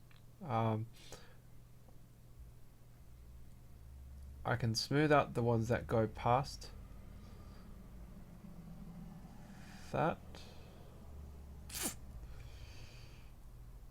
How do I crosshatch? On a crosshatch, the same or different?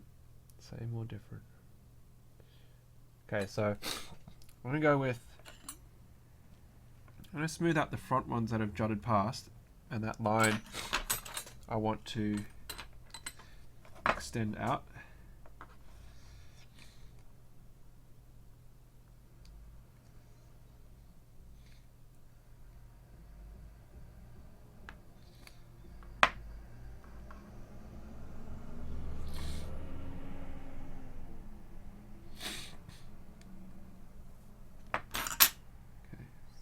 Kind of like, I don't know if that was the best, but it'll have to do.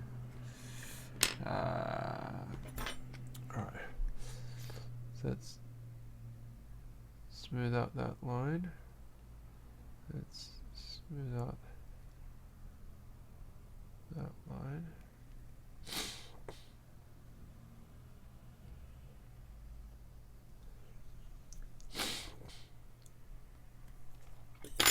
So, with my bigger cutter, with my flat edge cutter,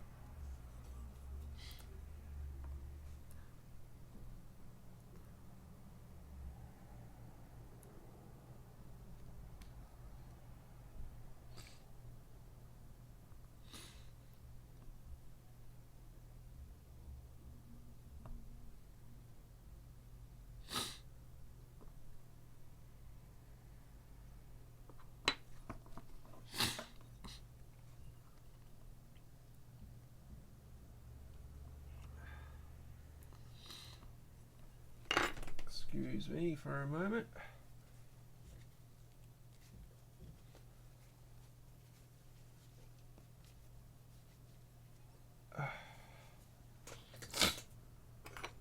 really is unpleasant to be sick.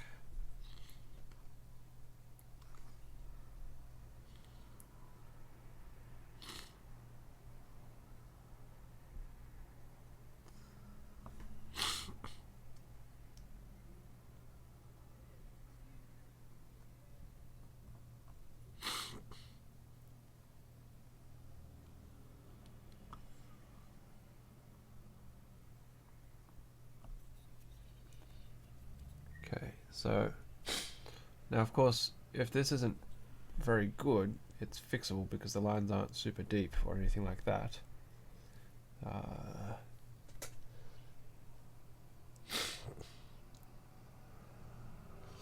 The wonders of the internet. Okay, so I've got 45 degrees in opposite angles, and I'm thinking at the front to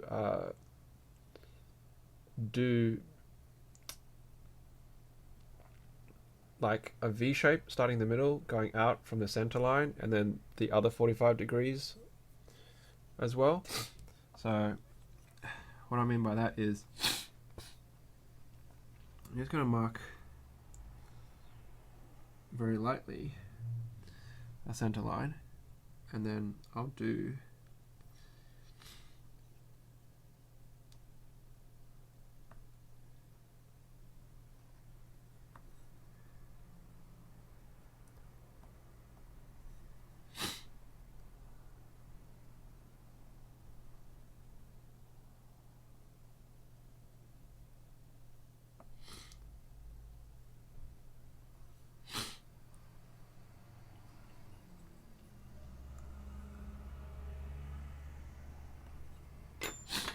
like that.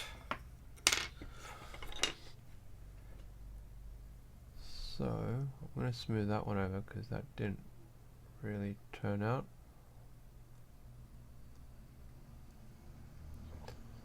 And then I'll smooth that over.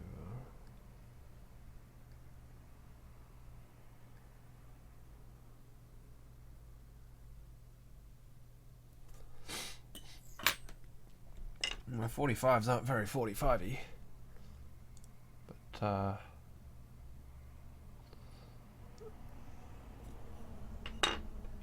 a loop? No, I do not have a loop. Trying to use it while you've got a glasses on and you're trying to sculpt makes it very challenging, shall we say. Okay, so it's kind of managed to focus on that. So you'll see, so if you were to actually paint that yellow and black, for example, the center one would be yellow and then it would be black, yellow, black out from the inside, and then it would be alternating as well around the outside. How does that look?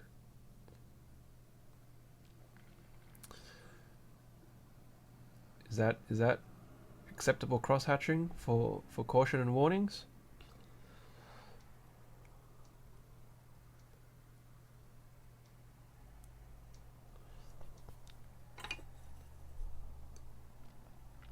Fantastic. All right, now finishing this thing off, is there anything else that we should put on this? Any other features to the people who are still hanging out and checking out this this random creation of a missile switch?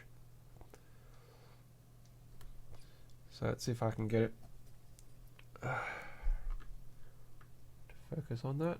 So that's from top down. We've got the cross hatching, and then if I tilt it, you can sort of see there's the hinges on the sides. They're a little bit on the thin side. There's the hinges with the ballpoint and a little bit of cutaway there.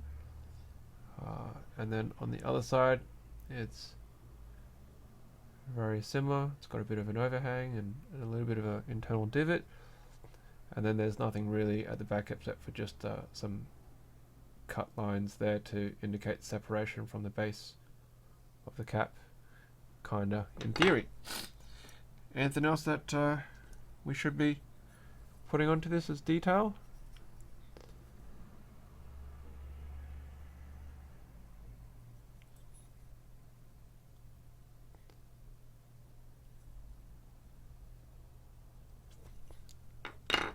A government stamp. A government stamp. What kind of government stamp would go on this? Should I add texture on the top, or should it stay smooth? Like, should I put, you know, because I can take this sort of the cross hatching on the knurling on one of these and roll it across the top. And hello, September Ghosts. Thanks for coming along. I've also got texture from just straight up roller ridges that I can run over the top of it. What says people? Any additional textures?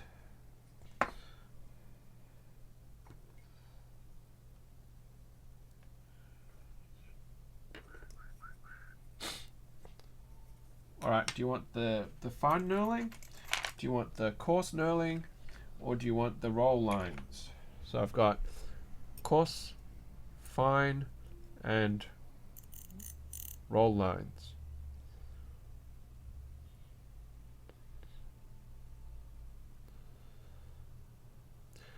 Goes good. Coarse. Alright, let's go with the coarse and see how well it will pick up on that.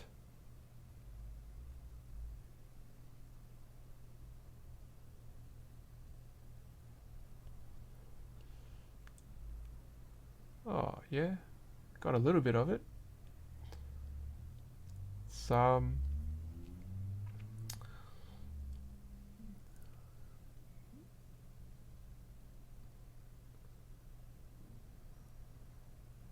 It doesn't actually cover the whole thing, so it's almost like it's got a worn look to it. So let's see if I can get that up to the camera and you can see how like it's just got like a bit of tread appearance on it.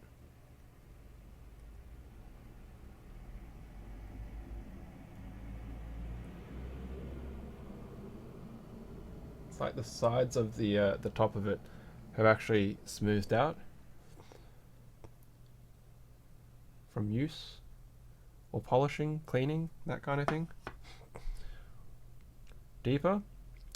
So my only concern with pushing it deeper is deforming, but I'll try it again.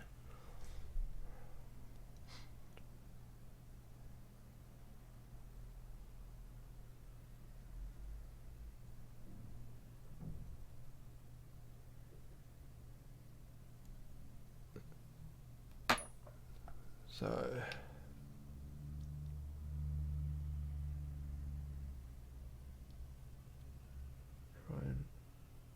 yeah, so that's deeper, but once again, because the top of the actual switch isn't 100% flat, that's why it's not reaching all the edges as I roll that across.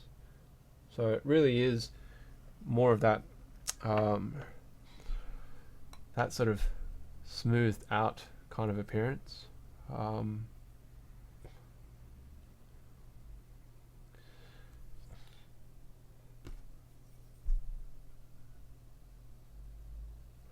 I mean, I can scuff it with the fine cross hatch on the sides. I can roll this around the sides if you want to do that, or you would just leave it smooth. It's looking good.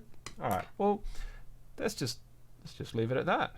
I mean, it's pretty rough, all things considering. It's certainly no Hungerworks Studios cap, but I think it's got a charm of its own, and it's something that everyone here can be kind of proud of, simply because you guys were all involved in giving me the feedback and, you know, the suggestions on what I should be doing with it. So now let's just scratch or ballpoint into the back of it some initials. So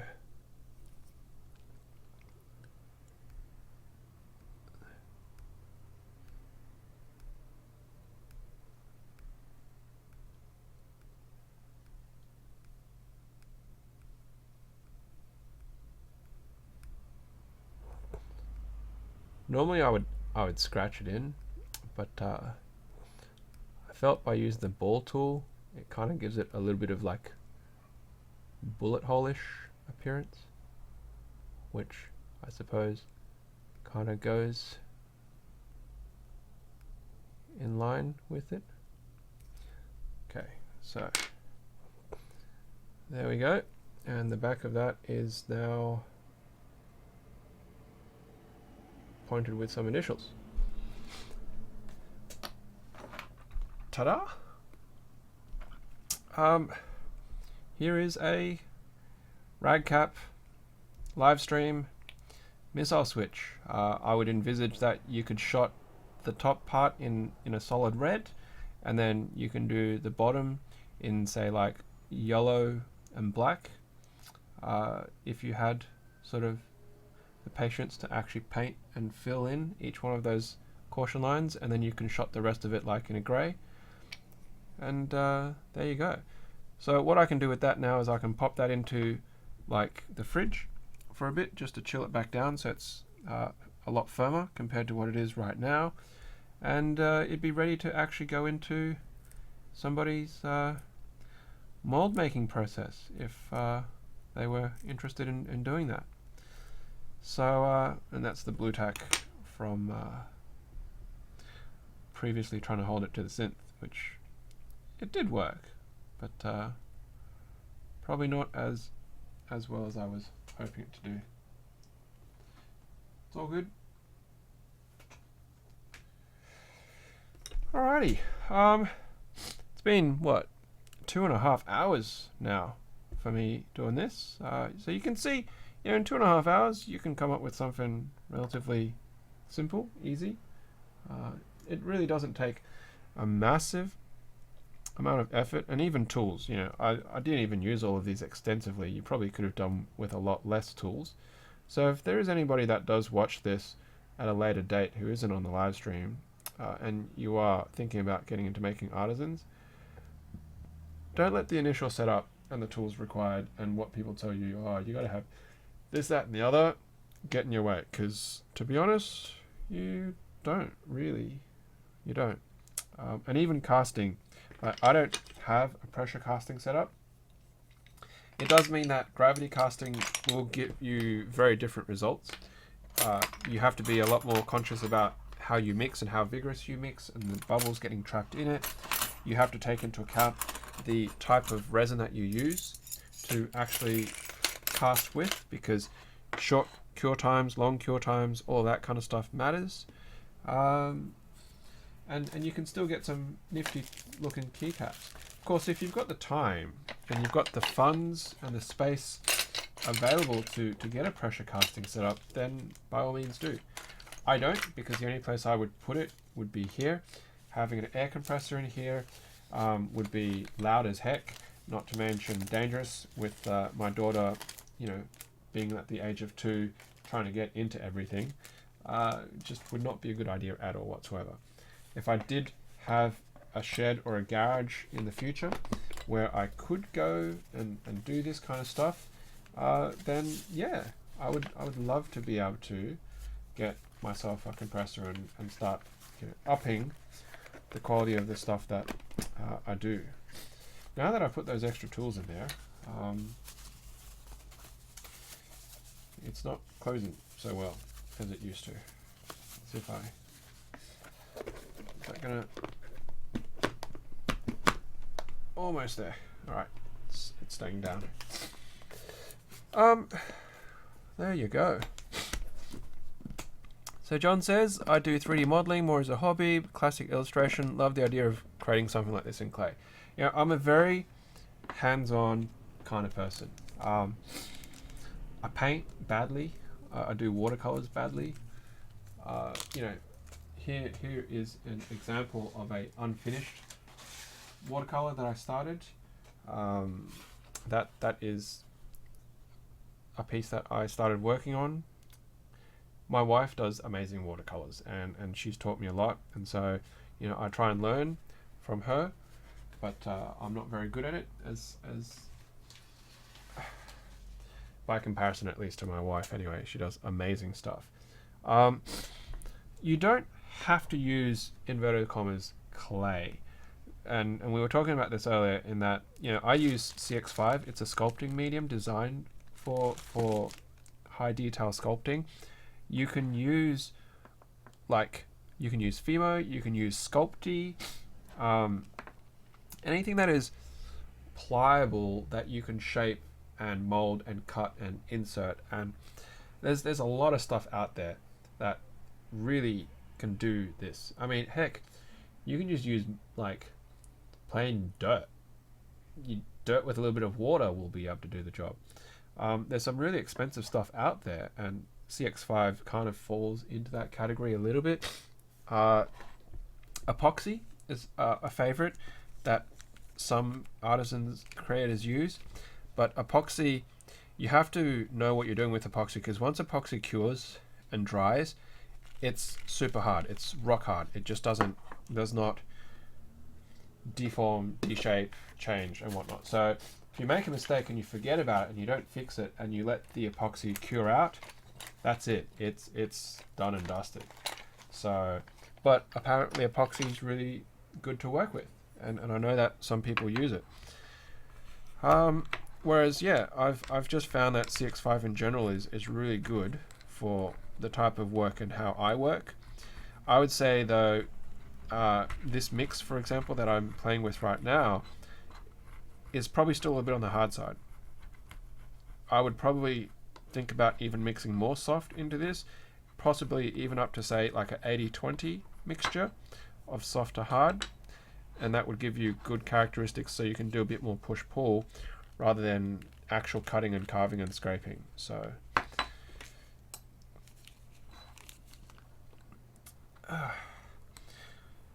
what's the time where everybody's at right now? It's about 12:30, so it's pretty much lunchtime, which is a good time for me to sort of wrap up here.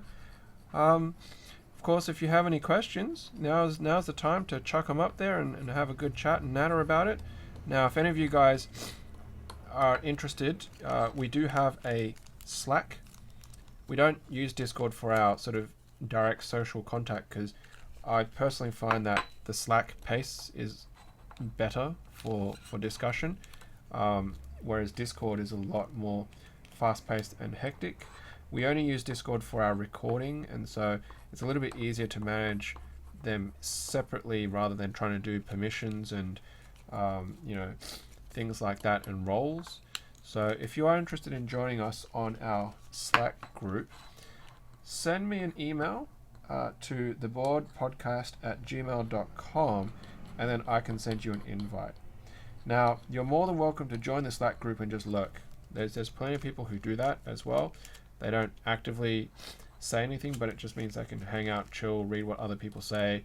You know, we have a buy-sell trade channel within the Slack as well. We got a place that our sponsors can get involved and put up announcements of stuff that they've got coming up and things like that. So feel free to send me that email if you want to get in on the Slack. Now, if you don't like it after you check it out, there's no obligation to stay, of course, and you can just leave and uninstall Slack and say, wow, what a bunch of crazy people. crazy keyboard people. But yeah, it'd be good.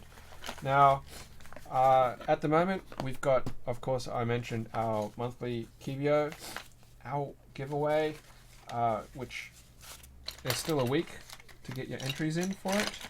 We have, for this week, a little sort of giveaway for a Idea 23 keycap as well. Just send an email with something positive to help Kevin get through a bit of a challenging period at this point in time that he's experiencing in life. I'm sure he would really love and appreciate reading those once I send it to him. And yeah, for 2,000 subscribers on YouTube as well, we're going to be doing 2 giveaways for 2 cos caps. These cos caps right in here. So one is a idle key V2 and one is a growler. 10:45 p.m. starting to get a bit late, and 8:30 for you, September Ghosts. Now, you're asking questions about top ray clones. Any clicky options? By default, Top Ray doesn't have clicky. Because it's an actual membrane mechanism, it doesn't really lend itself to a click. I don't know if any of the other companies have an actual active click for Top Ray cloning as opposed to fake mechanicals that have a click mechanism but are actually a rubber domes. So if you consider a rubber dome, which is the membrane style, so it's two sheets that contact and form the connection, then yes, they do exist. There are Chinese ones out there. I just don't know their specific models and names. But you'll find people go, hey, I just picked up this keyboard, it clicks, feels great. Can you tell me what kind of switch is in it? And then when people go pull the keycap off, it's actually a rubber dome membrane type rather than a Top Ray type with a slider and stuff like that. So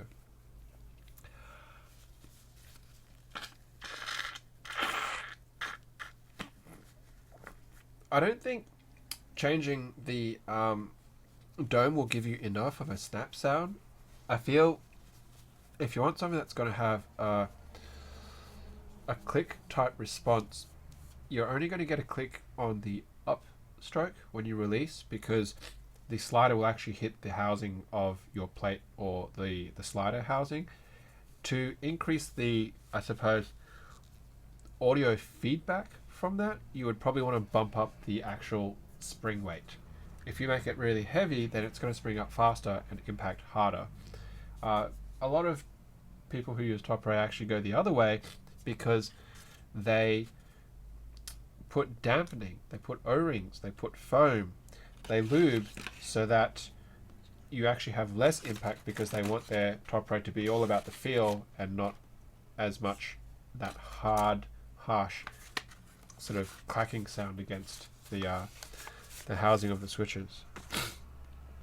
Okay, so what's going to happen to this little guy is I'm kind of in discussions with somebody from the community who might be able to help me cast this, and I'll find a way to pack it safely and securely and get that sent off to them at some point in time, and then we'll see what happens, what turns out to this missile switch. Now, John, I was under the impression that Top Ray's clack was pretty distinctive. It is, but it's not anywhere as distinctive to, say, click bars. Box whites versus Top Ray, box navies compared to Top Ray, just absolutely, whip it. The clicking and the thocking sound, see, and I'm saying specifically thocking because it's got that hollowness to it, is primarily because of the cavity space within the actual mechanical switch and the housing. So HHKBs have a lighter, tinier sound to my ears compared to the Leopold, because the Leopold has a metal plate that everything is mounted to, and so they sound very, very differently. The HHKB having the plastic ABS case also reverberates more. It doesn't dampen the same. But, it's very, very subjective. Now, if you've never seen my epic, 50 minutes? I don't know. It's a very long video where I compare the Leopold to the HHKB. It is available on this channel, and you'll just have to skip through it, all the other things that I do to get to the sound test. But I don't know if the compression for YouTube and the video uploading will actually give you a distinctive audible difference between the two.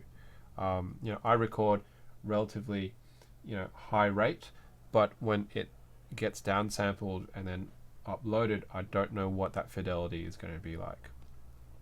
So Taylor says we need a click bar Top Ray and MG Sickler. So for those people who don't know who MG Sickler is, that's the owner and inspiration driver at Novel Keys, who's been the one that's developed all these products with Kale, can do a Top Ray click bar.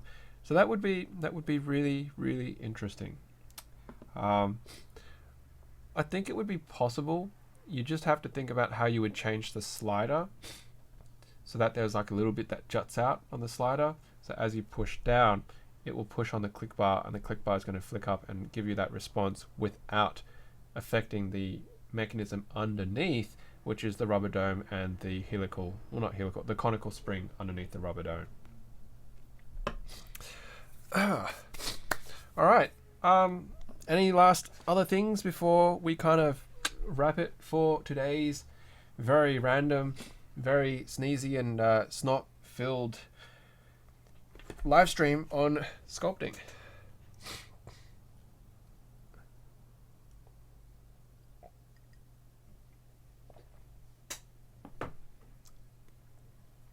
Nothing. Nothing. I'm going to be going once. Gotta wait 10 seconds.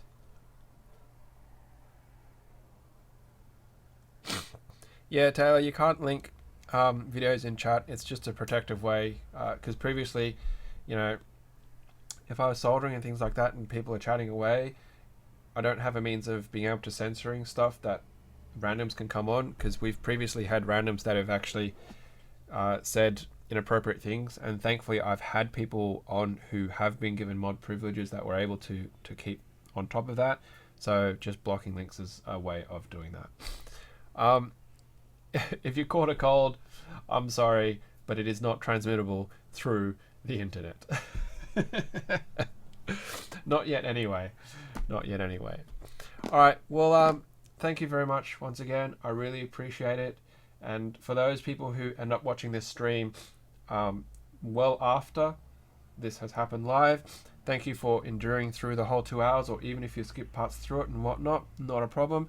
I do hope that you will have an opportunity in the future to also catch anything else. Macro pad building. Which macro pad build? September Ghosts, which macro pad build are you talking about? I have way too many macro pad builds.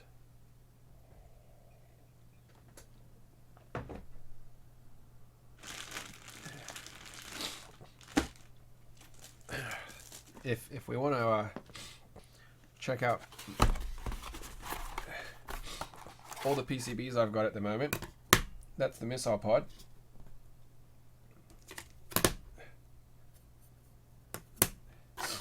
That's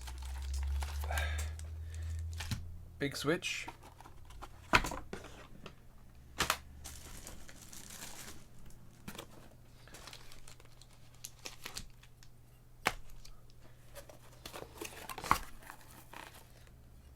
That's the nav pad.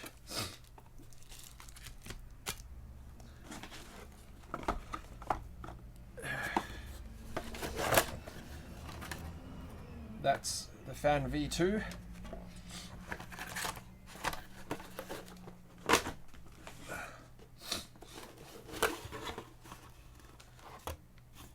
That's the fan V3. Whoa, nearly lost the box there. That's all the ones that I've currently got. But the one for work, it arrived today. It's right in here. So I'll be doing a separate video for that at some point in time very shortly. Yeah, I've got boxes galore of miscellaneous PCBs. It's a lot of money that's gone into prototyping and developing. You know, I could sell off a lot of these, and I very well may do so kind of going off into the future, but I kind of haven't, only because they're actually good for things like giveaways. So I'm actually running a missile pod giveaway at some point in time, so I've got 3 missile pod PCBs there, and I have, courtesy to my friend here, Laser Ninja in Sydney, I have 3 sets of acrylic plates cut for the missile pod with our lovely logo on the back there. So it's black, smoke, and clear. So they'll actually be paired up to each one of those. It's going to be a full-blown giveaway in that I will supply a PCB with Pro Micros, with diodes, with standoffs as part of a kit. And I'm planning to do it so that it is, one set will be for Patreon only people, one set will be for YouTube, and one set will be for people in our Slack group as well. So it's a bit of incentive there to get involved with us in one of our channels. And I don't know when I'm actually going to run that giveaway yet. It's just something I've been throwing around, which I will be doing. And hello to you, Mendez. So I don't know if you've been here lurking the entire time or not, but it's great to see you again. And for those who aren't aware, Mendez here is the famous Tay Keyboards. So if you have any questions about anything from Tay Keyboards YouTube channel, you can chuck them towards Mendez, and I'm sure he'll try and answer them and get to them as best he can as well. You know, Mendez saying that generous as always, I don't really feel that's necessarily the case here, because you know, our Patreon supporters fund a lot of this, right? You know, stuff that I get made is because I have the finances from Patreon, and also from like the very minuscule amount of money that the ads from the YouTube channel provide. So in a way, this is just how I can give back to the community in being able to say thank you for supporting the podcast, thank you for supporting the YouTube, thank you for coming on and checking out the epic 5-hour streams of building hand-wired keyboards. And there's no point in me hoarding all of these either. So, you know, just got to get them out there. And it just encourages people to get involved and to design and to build and to just have a good time and enjoy keyboards. So, yeah. All right. Well, anything else to wrap up? I will open these at some point. Very keen to see how they are. I have to put a bit of masking over one of the PCBs in here because it has my company logo on it, and I've been told that you have to be very peculiar about it simply because of branding and marketing, if it's unofficially used type of thing. So I will have to cover them up before I can actually do a build video of that, but the 3x3 should be okay. And actually, I do want to say thank you to Mendez here, because without Mendez I wouldn't have these Kale hot swaps. That is what's actually going to be going into that 3x3 macro pad that I've been developing. I'm actually still waiting for a local supplier to get back from holidays to answer some questions about push fit pins for the Pro Micro, because I want to be making it as solderless as possible post certain stages of PCB creation. So there you go. Yeah. Anything else? Last calls? Going once? Going twice?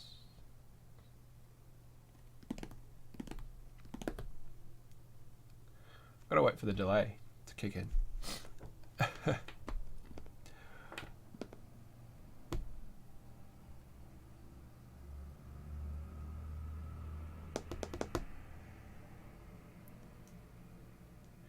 And third and final, and I think John would like to share his script for a coming of age musical. Well, what you can do is you can email that to me, as well as anything else that you guys want to share around the community. If it's appropriate, we'll talk about it on the podcast, get it out on the video, and so on and so forth. All right, well, I think I'm going to call it and take a bit of a break. Yes, Mendez, I have a cold, actually. I took annual leave. I'm not working today, and I actually caught a cold last night. So, yeah, how silly is that? All right, I am definitely going to call it.